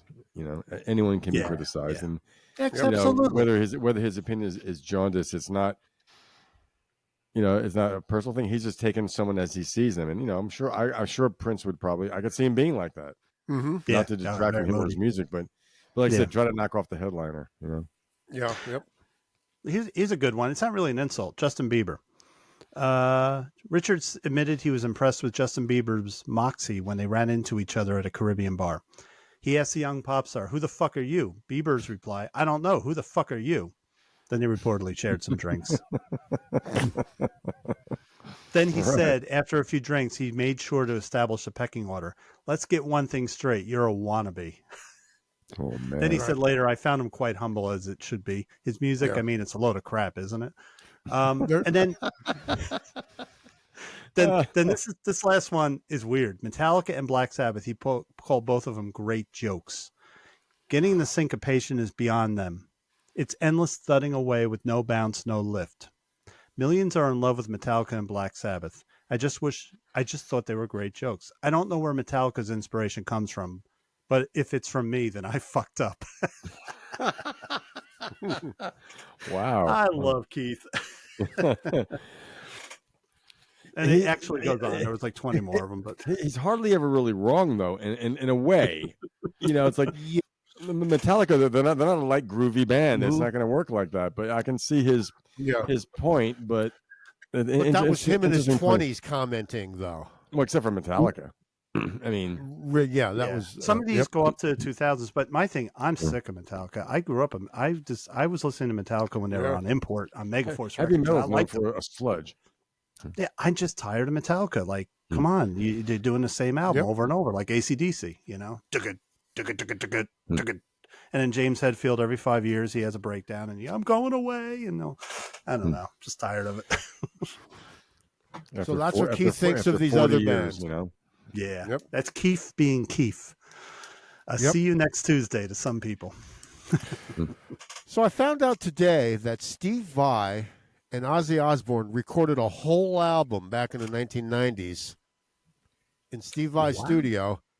Wow. And it's sitting on a shelf, never been released. It's in Steve Vai's vault, but he has no rights to release it. Sharon must have something to do with it. Yeah. Wow. Apparently, this was when Ozzy was in his osmosis phase. Yeah. What I read. Okay. So in It was in that- osmosis, he OZMOSIS. I don't know. Yeah, that's how it's called. I have that. Well, it was in that phase where he was given an advance to do a record, and the idea was to go get a guitar player, Steve Vai, write a song with Steve Vai, go to somebody else, write a song with them, and it would be Ozzy with all these other guitar players. But he was having such fun with Steve Vai in the studio, and they joked to each other like, we should just do a whole record. And they did. Wow. And it's not going to be released. It probably won't be released till after Ozzy Osbourne dies, somebody said. Sharon will put it out to make money when she can make money, but while he's still alive, she won't let it come out. I love Steve Vai. I love him to death. I love everything Steve Vai does, even the White Snake album he did. He adds his touch. I would love to hear him with Ozzy Osbourne. Love to. Yeah. How about this? You know who David Sanborn? In that realm, I think he's a different breed than a lot of those guitar players in that realm. Yes. He's a Zappa type. Yeah, exactly. He's got more depth, actually. Yep. Yeah. David Sanborn, the sax player, you know who he is, right? Everybody knows who he is. Famous sax player. Do you know he was at Woodstock in 1969? Did he really? Shine on that? He was with the Butterfield Blues Band, Paul Butterfield Blues Band. Wow. So he was there, 1969 at Woodstock. David Sanborn. That's amazing. He was that ripped army of mud people, as Robbie Robertson called it. Yeah. A ripped army of mud people. And I have two things, both about Roger Waters. This is a story, Mark, you've told me this story, and I just read an article about it today. In 1977, while on the Animals tour at Olympic Stadium in Montreal, Roger Waters was spitting at some hecklers, right? And David Gilmour walked off the stage and watched the encore from the sound booth way back in the other end of the show. He had his own Did he disconnection with the audience moment when he realized that Snowy White, who was the backup guitarist, he toured with Roger Waters. Mm-hmm. He looks a little like David Gilmour, but when Gilmour walked off stage, the audience thought that Snowy White was David Gilmour, and he's like, "I'm in the audience, and they all think I'm the one on stage." So Waters and Gilmour both had that "fuck this shit." Like you're separated from the audience, and So on the Animals tour, there was a backup guitar player. Did he play? Yeah. Snowy White, yeah, he backed him up. He Wait, played, I guess he did with him. I guess okay, because okay. on record, Dave is doing the rhythm and the lead, so Dave had to Right. solo. So they had this guy probably just holding it. I never heard of them playing with another musician or like a backup, and a guitar thing that Yeah. far back. Okay. If Wow, you see a okay. picture of Snowy White back in the day, he had the Then same Lizzie. hair as David. And yeah. And he if you were in the crowd and you were stoned, you would think that was David Gilmour. You wouldn't know any better, you know? Okay. And he's also a fabric softener. And the problem that Roger Waters had was that there was no opening act. Yeah. So the crowd now is, of course, restless, and it's like the night that was cursed or something. Like from the start, But he was spitting at people. he was He spit at spitting one at people. fan Yeah, that was saying something, and he said that was like the genesis of his idea for the wall, Pink. How Contempt Pink for your becomes separated. yeah. He just felt a separation from the crowd, and he started writing the wall, and that's where you got that from. Now, one other thing too, Bob Ezrin. Speaking of the Wall, Bob Producer. Ezrin was the producer of the Wall, right? Yeah. Producing it with Roger and Dave. I would assume. Yeah. Bob Ezrin says the greatest mind he's ever worked with is Roger Waters. He also said the most difficult person I've ever worked with is Roger Waters. Wow. Yes. So I find Those that two- interesting too. So Those he two, found him more complex than Alice Cooper. I suppose. Yeah. well, those two, Type A, I can imagine the Wall was historical. And I don't know, did Bob Ezrin do the final cut? No, Roger Waters produced that. But that Wall album, the fact that it came out at all in some ways, they fired Richard Wright during the recording of it. Yeah. Yeah. There's a bunch of musicians, like I said, Jordan Rudess from Dream Theater being one of them, but Lee Ritenour's on that album. There's so many different musicians on that album. How it ended up being what it is, it's amazing. But Bob Ezrin, Waters needed Ezrin at that point, and Ezrin kept the glue. He was the glue that kept everything together. Did Lee Ritenour play the guitar solo on the Wall, or is that Gilmour, the song? I'm Wall. not sure. I think that I from what I understand, it's all Gilmour did all the solos. Okay. But is there anybody out there? And then you hear that forlorn dun, dun, dun, dun, that acoustic guitar playing. It's like nylon string. I was thinking that could have been Lee Ritenour because David Gilmour doesn't play a nylon string guitar. Okay. So I'm thinking that Yeah. could have been him. But who knows? Who knows what he played? But I do have another subject, Mark. It's something that you spoke about last week, and I did a little research on it. And do you want to take that one, Mark? Sure. The latest issues of Sports Illustrated, Rolling Stone, and other magazines are still loaded with tobacco ads. Kids don't even have to open Sports Illustrated to see the Winston ad on the back cover.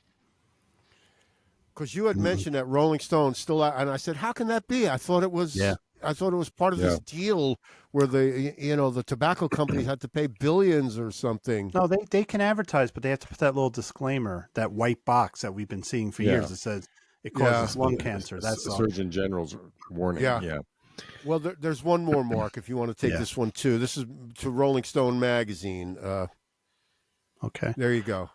States to sue R.J. Reynolds for Rolling Stone ad. Camel ads coupled with illustrations promoting rock music in Rolling Stones magazine violate the industry's promise not to use cartoons to sell cigarettes, state prosecutors said. Mm-hmm. Joe So Camel. They're Remember still Joe using Camel? Joe Camel, Lou, probably, Yeah. right? Oh And my God. that stuff. And So, So- you know how on TV that, like, all right, so you see Budweiser tries to get in with the youngsters, right? So they'll show Sure, a bunch yeah. of young kids hanging Yep. out having Bud Light and they're Mhm. looking cool. They do that in these ads. Like, you'll see a bunch of young kids that mostly young kids, like the kind that don't smoke, like they're just like trendy kids with the nice, and they're sitting there like Yeah, this, yeah. smoking cigarette. It's so bad. It's bad. But the Yeah. sad part is it probably will get a whole new generation hooked. I think smoking's on the rise. I see more people smoking right now. Yeah. And my opinion is if you want to smoke, fine. But the fact is, that's the one thing. Like, if I drink this wine, the guy next to me is not going to get drunk. Someone smokes a cigarette next to me, I'm coughing my fucking head off, you know? Yeah. yeah, yep. And But- there's always the glamorization stuff like that. You know, rock and roll, that was Yeah. a big tie-in, you know.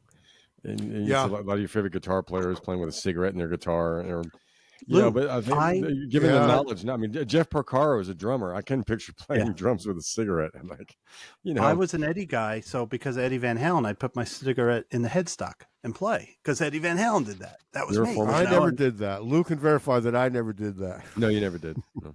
I've never was a smoked big a cigarette smoker. in my life. Good for you.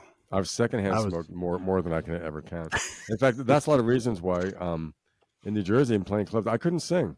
Yeah. Since I've Yeah, been living in North yeah. Carolina, it's been a whole different story. And also the fact that you cannot smoke in enclosed spaces anymore. But Yeah. we're kind of preaching, but it's for a good reason. And we're not being preaching, but it's just, Yep. I mean, they're open about, to have advertising something that is that. It's like liquor ads too. Yeah.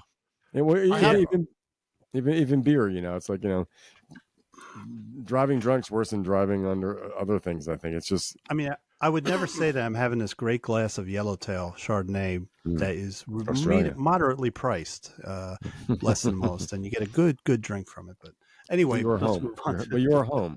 Just Yeah, as I'm I am home. home. I have another random story, Lou, and this one Good pertains kid. to you, to what you've been talking about. I've been talking shit. It's a little 30-second clip or something. It's kind of funny, I think. So the Okay. personalities of the guys in the Turtles. And Okay. let's give it The a Turtles. listen, all right? Turtle. My name is Mark Bowman, and I'm from Los Angeles, California. How old are you, Mark? I'm 20. I'm Jim Pons from Los Angeles, California, 24. Howard Kalin, Los Angeles, California, weighing at about 175 pounds, black trunks. Hi. Oh, I'm about 20. And you're 20, and you? Come on, John. Come on, man. You can do it. Hi, I'm Johnny Barbada. I'm 22 years old. I'm from Passaic, New Jersey. Joyce. Are we doing it? Al Nickel. I'm 21. I'm from Woodland Hills.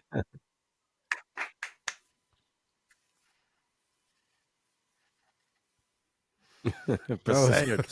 They were 20 years old. They Yeah, cheered but- him when he said mistake. Did you hear that? There were people Yeah. clapping. Yep.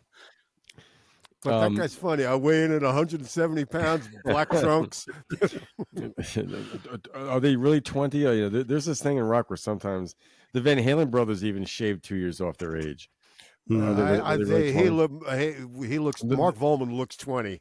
Okay. Yeah, they look young. They look young. Yeah, No, that was funny. Johnny Barbada Johnny Barbada. Yep. from Passaic. Yeah, guess still have to get that book. Yep. the capital. Corporal Agarn from F Troop. Passaic, New New Jersey. Oh, Who was- so I who have was to from- tell who was from Mark, Patterson, New Jersey. Who was famous in the movies? the and- Costello guy, Lou Costello. Lou Costello. Yeah. I have to tell Mark, I Yeah. actually heard and saw a video for Stephen Wilson's single from Codex. Is it called the Life? Which song? I don't know, whatever the single is. Was it the video where there's a car crash and there's a girl and a guy and they dance backwards? I was That's a really great song. listening and not really watching, you know, That's- because it was that's- on my phone. Yeah. That's when you said it could have been a hit in the 90s, right, Mark? Yeah. Yeah. Good song. Good song. Yeah, he's Uh, a good vocalist. He's a very laid back vocalist. Yeah, he's not a natural vocalist. That's what I like about him. I hear a Fucking little good. bit I of, think he's good. I hear Alan Parsons in there, and I hear a little, all that mellowness. Yeah, like that. Yeah, Steve is a fascinating character because he's known for prog, but really, Porcupine Tree, the band he had, did a lot of pop before they went prog. He just happened to go prog, and he got a lot of fans. Mm-hmm. Now the problem is when you go prog, and then you go back to pop, those prog fans turn on you. So he doesn't care. He goes, "I love that they love me, and that the fact that they would say they hate my music means they care." That's what he says. But Yeah. this album is like a gelling of a lot of his influences. He's getting it's pop. The last album was really 80s styles analog synth pop. This one is just a good album. You can't classify it. That's the kind of music I like. Classify the Steve Wilson album. I'm not going to classify it. Let's No, just but I call it even hear a rock, little you bit know? of when on the guitar solo on the song, I hear a little David Gilmour. I hear Yes. all of the influences from this guy. Yes. And he Yeah. records these albums right now. This album is all in his home studio. He does a great job. Yeah. But then again, the guy remixes King Crimson, Jethro Tull, all these albums, Chicago. Mhm. So he's got the ears. He can work in his home. But I Yeah. just love it's a testament to when we do our Music Royals radio show, recording at home. If you really are good at it, you can make an album like the Stephen Wilson Yeah, album. well, This you is know, he awesome. has Okay. super high end equipment too. I mean, there's Yeah, a but difference no, between the thing you is, though, what it means though is that he's doing it in a good way because some people record at home, it comes out sterile. Even big musicians, his stuff sounds good. You know, he's got that. He knows how to do it. He knows how to record Yeah. at home, but I make can it tell it's sound. digital. It's digital though too. I can tell that. He I'm mixes. sure He that- mixes it up. There are many plugins that he uses in his little. Yes. Oh, yeah. Yeah. If you're recording a laptop, it's very rarely is it direct. I think. Yeah. Yeah. When Lou, it is did you direct, have that's a- when it sounds sterile. Lou, Yeah. in North Carolina, did you get a new congressional congressman elected? I thought I found a picture of a new. Is that your new congressman? Yes, that is Representative Sleestack. That's what I thought it was. I thought that's what it was, by the way. Oh, here we go. Drum set. There you go. My What zombie are you doing to bunker. Lou? Feeling kind of silly. That's all. Lou, like in that thing, he's like this. He's like, oh. It looks like I'm He on the hangs last his- He minute. hangs his head in a hangdog manner. Watch. He's dropping his eyes in a hangdog manner. There he goes. Did you ever see Bob's Burgers? He looks like one of the kids in Bob's Burgers, right? You're like, oh, Dad, come on. I see the zombie apocalypse. I'm the last man on Earth. I'm looking for other people out there. Anyway, I came across a clip or two of XTC in 1979 The English they pop were- band. when they were quirky. XTC, yeah, from Swinton, Swindon? from Swananoa, North From Carolina. North Carolina. They're from Swansea. Staffordshire. That's where that. Wow. Yeah.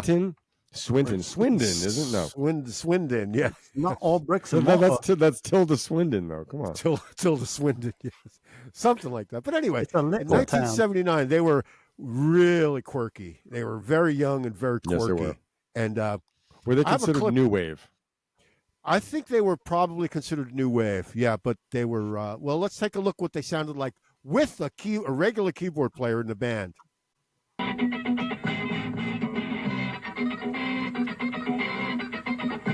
I don't know who the drummer is. What you gonna do now?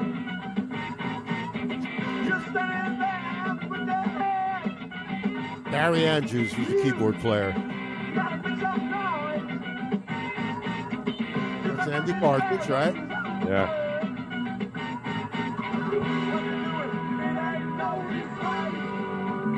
Wow. Quite like that. Yeah, they got to get. There's a story about why they got rid of that guy.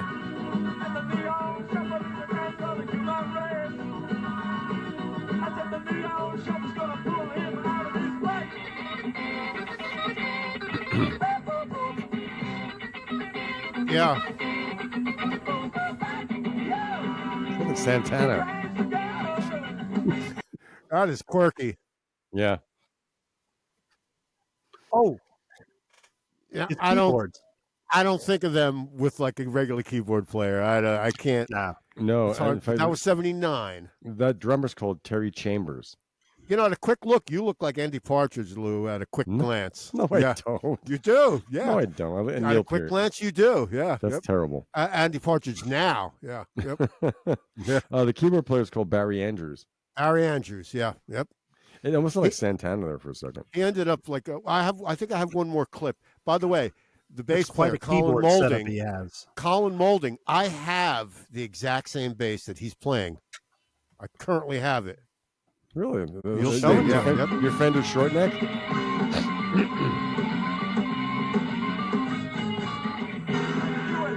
Yeah. Yeah, it's the Fender Music Master bass, I think.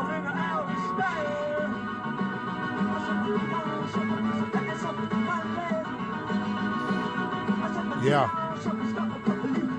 What a goof. I have that bass. Wow, nice bass. I have the exact same bass. Black, kind of- the black pickguard. Fender Music Master. Wow, cool. Like shorter scale. Yeah, short scale. Like it's Danny Partridge bass. Look, the drummer's taking a drink of He's water while the drinking. band's playing. Yeah. I think the song's called We All Shook. Now that is a quirky keyboardist- band. That Very keyboardist quirky. was definitely a prog guy. And I read in the New York Yeah. Times a thing about New Wave. A lot of the bands in the late 70s and early 80s, like they were all prog fans. New Wave scene, you got to figure they were in their teenage years when prog was big. And that you had this but some of them said, I could never play like that, so I'll play what I can play. Others just said, we got to do something new, But it's interesting. That was a prog keyboard setup. That's so weird. Yeah. Well, And what multiple happened keyboards, was- yeah. I saw a documentary about them. It's called This Is Pop, and they were all and Barry Andrews. He wanted to write. He decided I'm going to write half the album. You write one half, I'll write the other half. Oh boy. So Uh-oh. you knew there was going to be a problem because you have Andy Partridge, you have Colin Moulding, and now this guy is demanding to write half of the songs on Yeah. the record. That's So, Steve Perry. and Andy Partridge Yeah. did one of these. Yeah. Can you see it? Okay, get out of here. Yeah. So that's a strange situation when yeah. you know Andy somebody in Partridge- the band just demands to write half of the record. Yeah. Sounds like Jay Bennett. Keyboard players can be weird. Yes. Full-time keyboard players. Yeah, Andy Partridge was born in Malta. Oh, really? Wow. Was he? What? Like, Like a diplomat's son, like Joe Strummer? Yeah. I don't know. or But military? XTC, their origins are from Swindon in Wiltshire. Swindon. Swindon. Yep. Yep. A little Partridge town. is sometimes regarded as the godfather of Britpop. That's What what do you Steve know? Wilson calls him. Steve Wilson, basically, he Well, worships. He That's really- remixed one of their records for them, right? Yeah, yeah. I think he did the catalog. Well, they used to record at the Manor that Richard Branson owned estate, right? When they were Yeah. on Virgin, of course. Who ran Virgin, right? Richard Branson. Richard Yep. Branson, yeah. Let's go, I find it Branson. funny- I find it funny that the album they did with Todd Rundgren, that was very acrimonious, but it worked out good, that album. Which Well, album? Todd, Can I show something? yeah. What is it? Who is it? That's Andy Partridge. It's Andy Partridge. I'm telling you, quick glance. You're Andy Partridge, man. Lou's got a little less weight. This is working overtime. He described his voice as a barking seal. Yes. But there's a I like documentary his out singing. there. There's a documentary about XTC out there. It's called This Is Pop. It is really good. And it was them. They approved it. They kind Okay. of directed it. It was really, really good. Yeah. Great band. Check that out. Very Dave great Gregory was the other guitar Gregory. player. Dave Great Gregory. guitar player. And the drummer, I can't think of the. Can you who Lou? Do you have the drummer's name right there? The drummer who left, but he was their drummer for quite a few records. Yeah, I just had it. Yep. Glenn Miller. No, hang on. No, He disappeared. XTC. Wait, we're almost it's a there. Wait. bassoon. It's a bassoon. Wait, hold on a second. Shit. His name was Shit. XTC rock band. Yes. A raga band. It was Terry Chambers. Terry Chambers was their drummer for quite a while. Yep, Yeah. and he left when they went off the road and became a studio band like the Beatles did. He left the band, but Yeah. then that's like Ringo leaving the Beatles because we're not touring, you know. But Well, XTC were not selling huge amounts of records, you know. correct, right? And But, you know, Andy also was, XTC, you know, the workings behind the scenes, XTC was probably Andy Partridge and whoever he Yeah. saw fit to be in XTC. So And I'm gonna ask- difficult. you're a hired gun, you got to work. basically, difficulty, I'm going to yeah. ask the naive question of the night. Andy Partridge wrote all the songs, right? No, No. No. Oh, Colin Nope. Moulding wrote a lot Yeah. of their songs. So Yeah. Colin But the Moulding drummer- wrote, "We're making plans for Nigel." Colin, a bass player. No, Yeah. bass Okay. player. So the drummer, making plans for Nigel. Yeah. yeah, so Um, the drummer didn't write anything probably, and he's like, I gotta make money, you know. Yeah. And Well, you know, his they're- bread they're and butter brothers was Smith, he had to go on the road to get paid. Yeah, yep. Yeah. Also on Oranges and Lemons, Colin Moulding sang "King for a Day." Yeah. Oh, Yep. okay. King for a Well, day. the Garden of Worldly Delights was that song, or Garden of Earthly Delights? The Garden first of- song That's a great song. that has that's that has a Phrygian bass line on it. You Yep. don't hear too many Really? Phrygian bass lines. Wow. It's like the Ingve thing. okay. You know. Yeah. Well, Great Andy song. Partridge tells the story that Virgin Records told them, because their record sales were slipping, he told them that the record company told them you have to get an American producer who knows what Americans like to hear on the radio. Oh God. Crap. So Andy Partridge telling the story. Well, they came Harvey Dinkelheimer III. You know, we don't want him. You know, Harry Dinkelberry III. And the last one they said was Todd Rundgren. Like, oh, I know who that is. Todd Rundgren. That was the name that Wow. they knew. I had a record by him one time. So that's how they decided to get Todd Rundgren, the American, to produce that record. Which one And- was it? It was the one with Dear God on it. Yeah. And yeah, Grass okay. was the single. Right. Right. The single Grass, written by Colin Moulding, was the single. The flip But- side of the single was Dear God. Dear God Yeah. was a huge MTV hit. That's Well, how I it was was- introduced to It was XTC. one of Sure. those Song, where yeah. the DJs flipped over the 45, and Yeah. that became the hit. Yeah. What was the name of that record? Was it Skylarking? No. Sky? No, it might be No. Skylarking. Yeah, I don't think the one so. that Todd produced, Lou. I'm going there. But Andy Partridge bumped heads with Todd Rundgren like Yeah. you would I not heard. believe. You know. Yeah. Yeah. Was that wait? Was it English Settlement? No. That was too early. Well, that was 82. Mummer? No, it was Mummer. Skylarking. It was Skylarking. Skylarking with Dear God on it. and That's Grass. Skylarking. Yeah, Yeah. yeah. Yeah. Grass was the second album, second song on the album. Yeah, yeah. Yeah, but So Grass that was was 80. the single. Skylarking was 86. Yeah. Wow. Well, they Okay. got Todd. Yeah, because so they said you have to get an American, a Todd, and Andy Partridge even says on their documentary, he says Todd Rundgren is a great arranger, but he Yeah. wouldn't. He just couldn't give him credit. So Todd tells the story this: the band went back to England. They said, next thing you know, we're in the Catskill Mountains in New York State, and it was great. We loved it. So I assume they were at Todd's studio up there. I don't know if it was still Bearsville or No, not it back then. wasn't, I it don't wasn't know. Bearsville. It was Utopia No, Sound Studio. In Yeah, Woodstock, that's New York. Todd. That's Todd's place, Hit Utopia. Studio, Yep. yeah. Yeah. He Yeah, sold Check it. this out. Rundgren played a large role in the album's sound design and drum programming, providing the band with orchestral arrangements and an Yes. assortment of gear. However, the sessions were fraught with tension between him and Partridge. Yes. Yep. Yeah. The drum pattern. They argued over drum patterns, song selections. That's like real nuts and bolts stuff. Yeah. And And those so what details. happened was, Lou probably read it there. The band went back to England and they decided to keep Dear God off the record. They didn't want it on the record. Yep. Yeah. So Yeah. then it became a hit, and they had to scramble to add it to the record. Yeah. Right? Yeah. Is there an explanation about that in there, Lou? You or know why? something? Because Why? it was distributed by Geffen Records.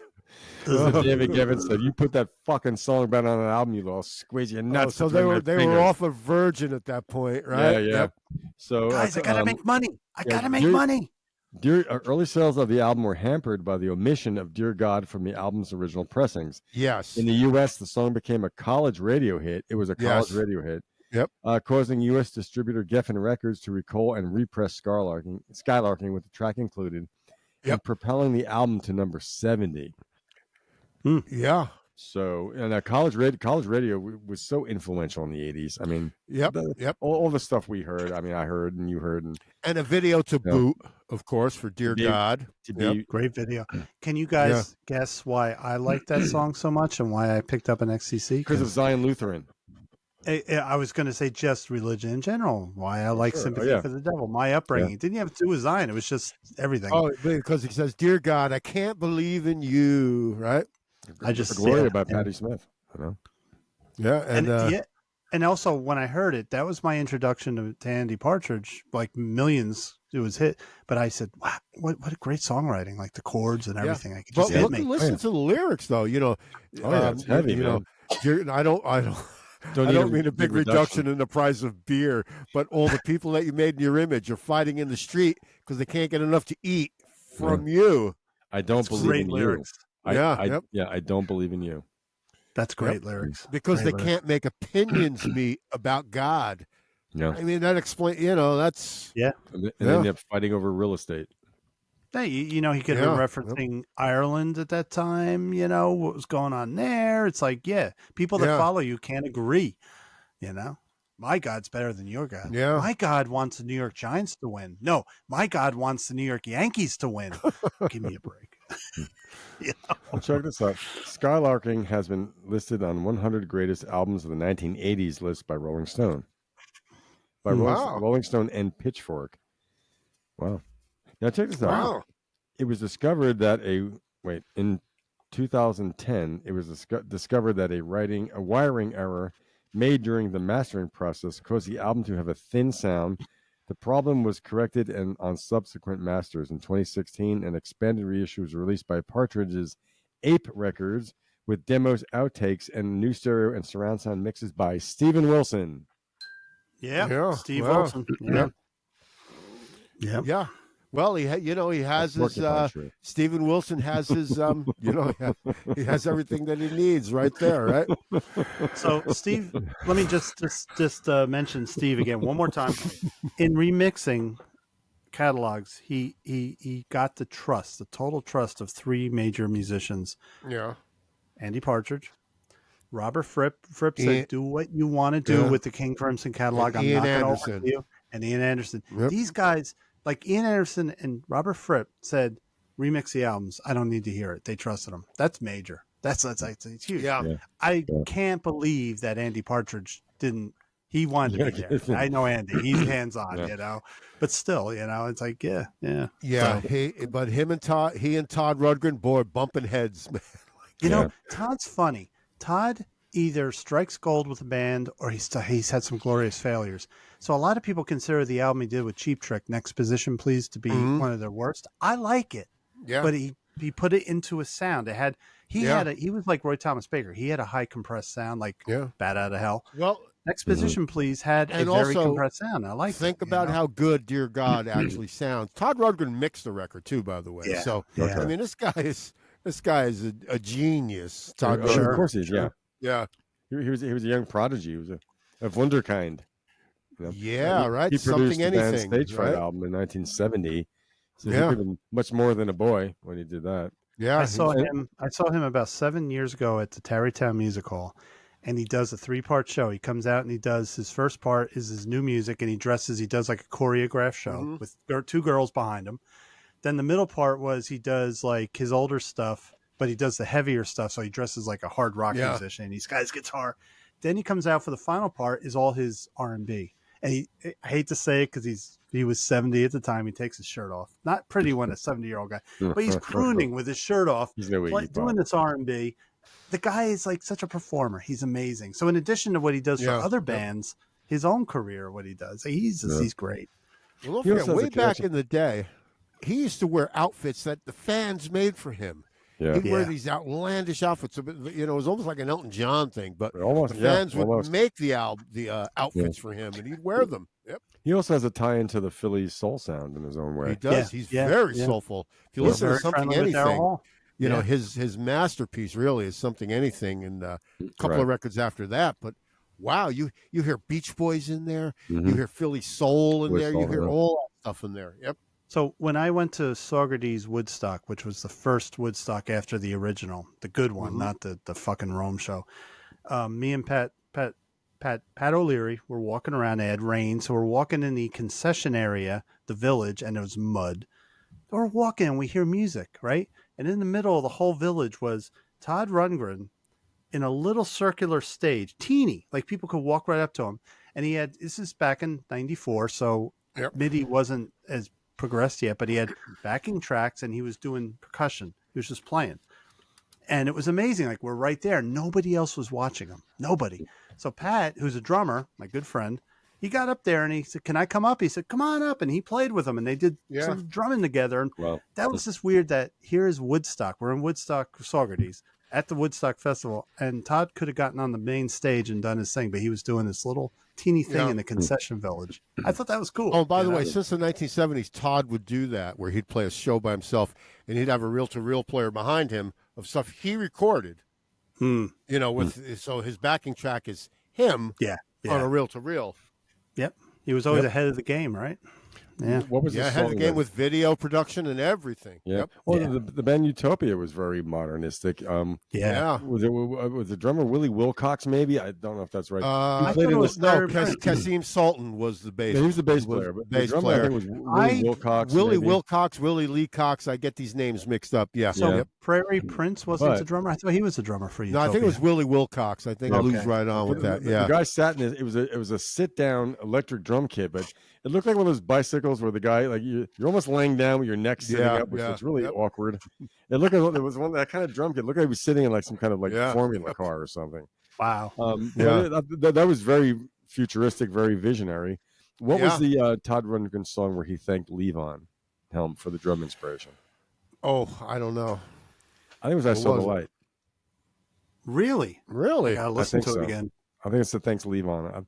Perry, I thought you told me that years back, way back in the day.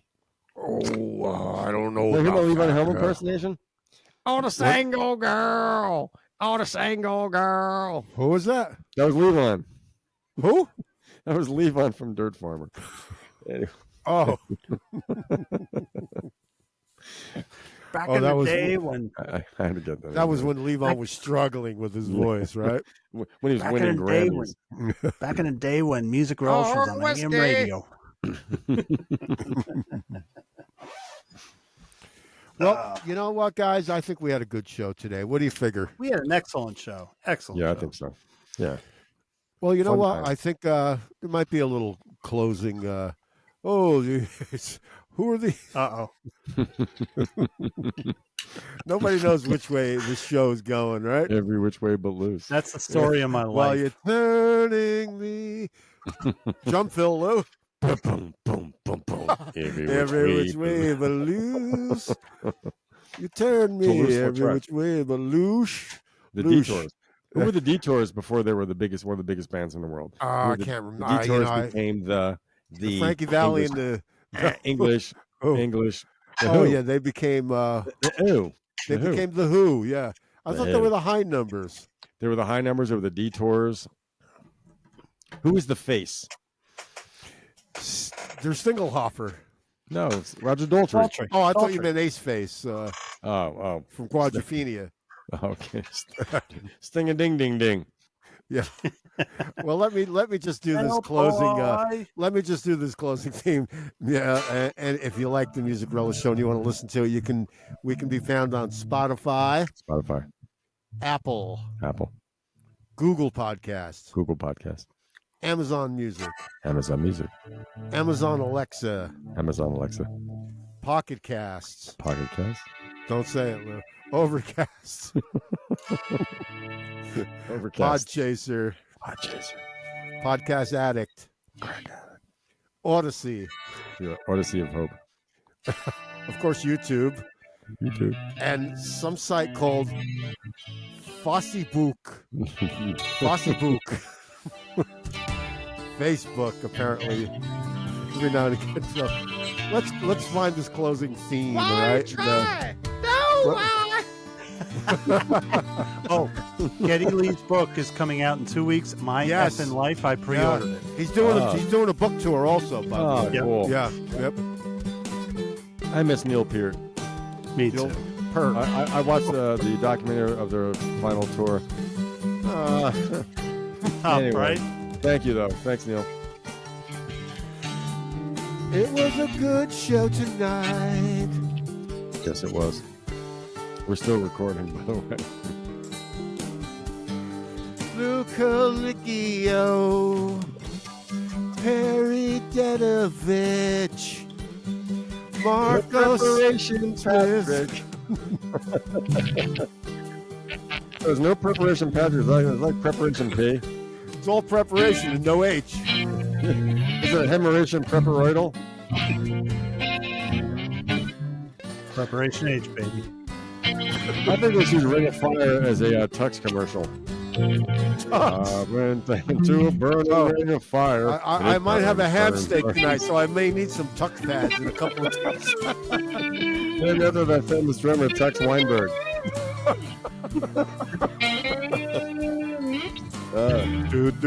That's like a suable comment. But I don't care, because take what I have. Because it's a show. It's a show. Lighten up. Serious artist. Lighten up, loosen up your ponytail. Luca Liggio, our friend Mark Smith, Kiri Budovich. The Music Relish Show. It's the Music Relish Show. A music discussion podcast. I like the strings.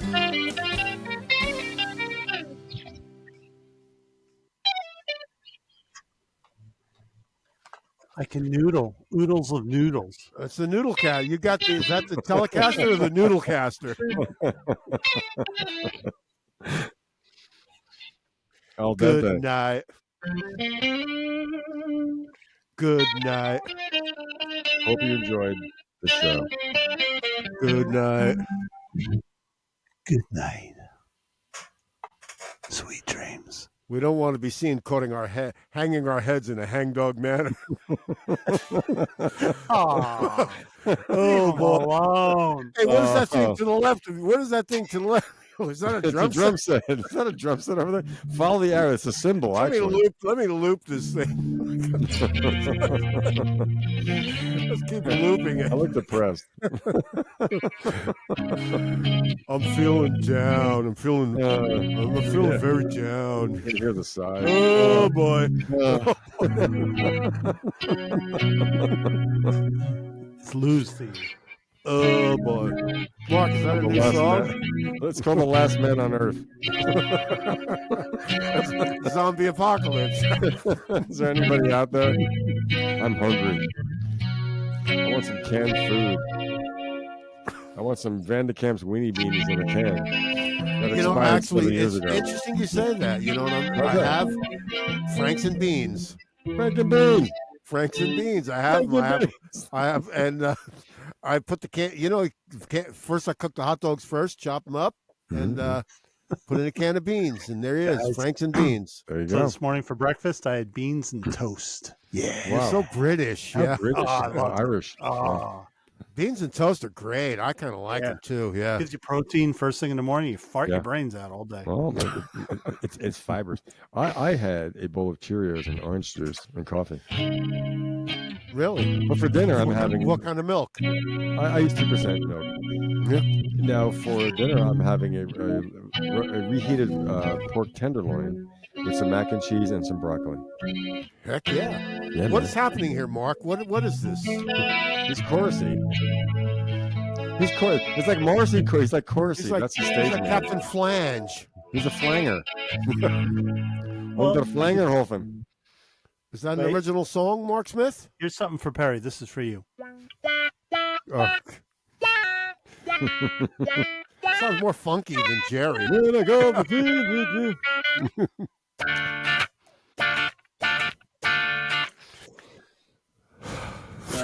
cool. What was that?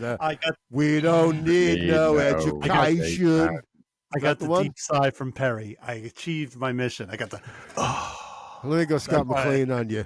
No, I can't do it like Scott does. No, it's Yeah, he did like some wrestling. It's like when you dude, let right? your bowels go when you're driving and you can't reach the final rest area. You just let it go. Or like Al Pacino said in Glenn Ross, nothing like a good dump. Whatever he said. Whatever awkward line he uttered in that. Like you wake up and took a 12-hour shit. I know how to play taps on the guitar. Here, take my double guitar. tapping? Double tapping? No, taps, you know. Like the funeral. No, the taps. Taps. That's a national anthem, dude. Is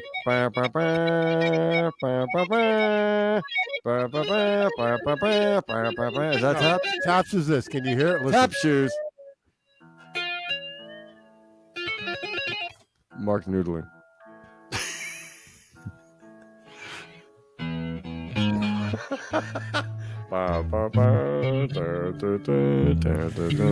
Safely rest. There's lyrics to taps. Lie. There's words to taps too. Go to sleep. Good night. You have to sing in the voice of Arlie Ermy, though. Hit the light, sweetheart. Hit the light, sweetheart. Go to bed. Stanley Kubrick movie, Paths of Glory. We don't want to be caught hanging our heads in a hangdog manner, right, Lou? There we go. Here it comes. There we go. Oh boy, So weary. oh boy. And in his head, he's going fucking Perry again. Son of a bitch. I love the attention. I really do. Well, anyway, how about we say goodnight? You're Yes. still recording? Fuck me. How's your disease-ridden? Fairly well. Good night, everybody. Thanks for coming in. Good night, Goodbye. Goodbye. Guten Beinen.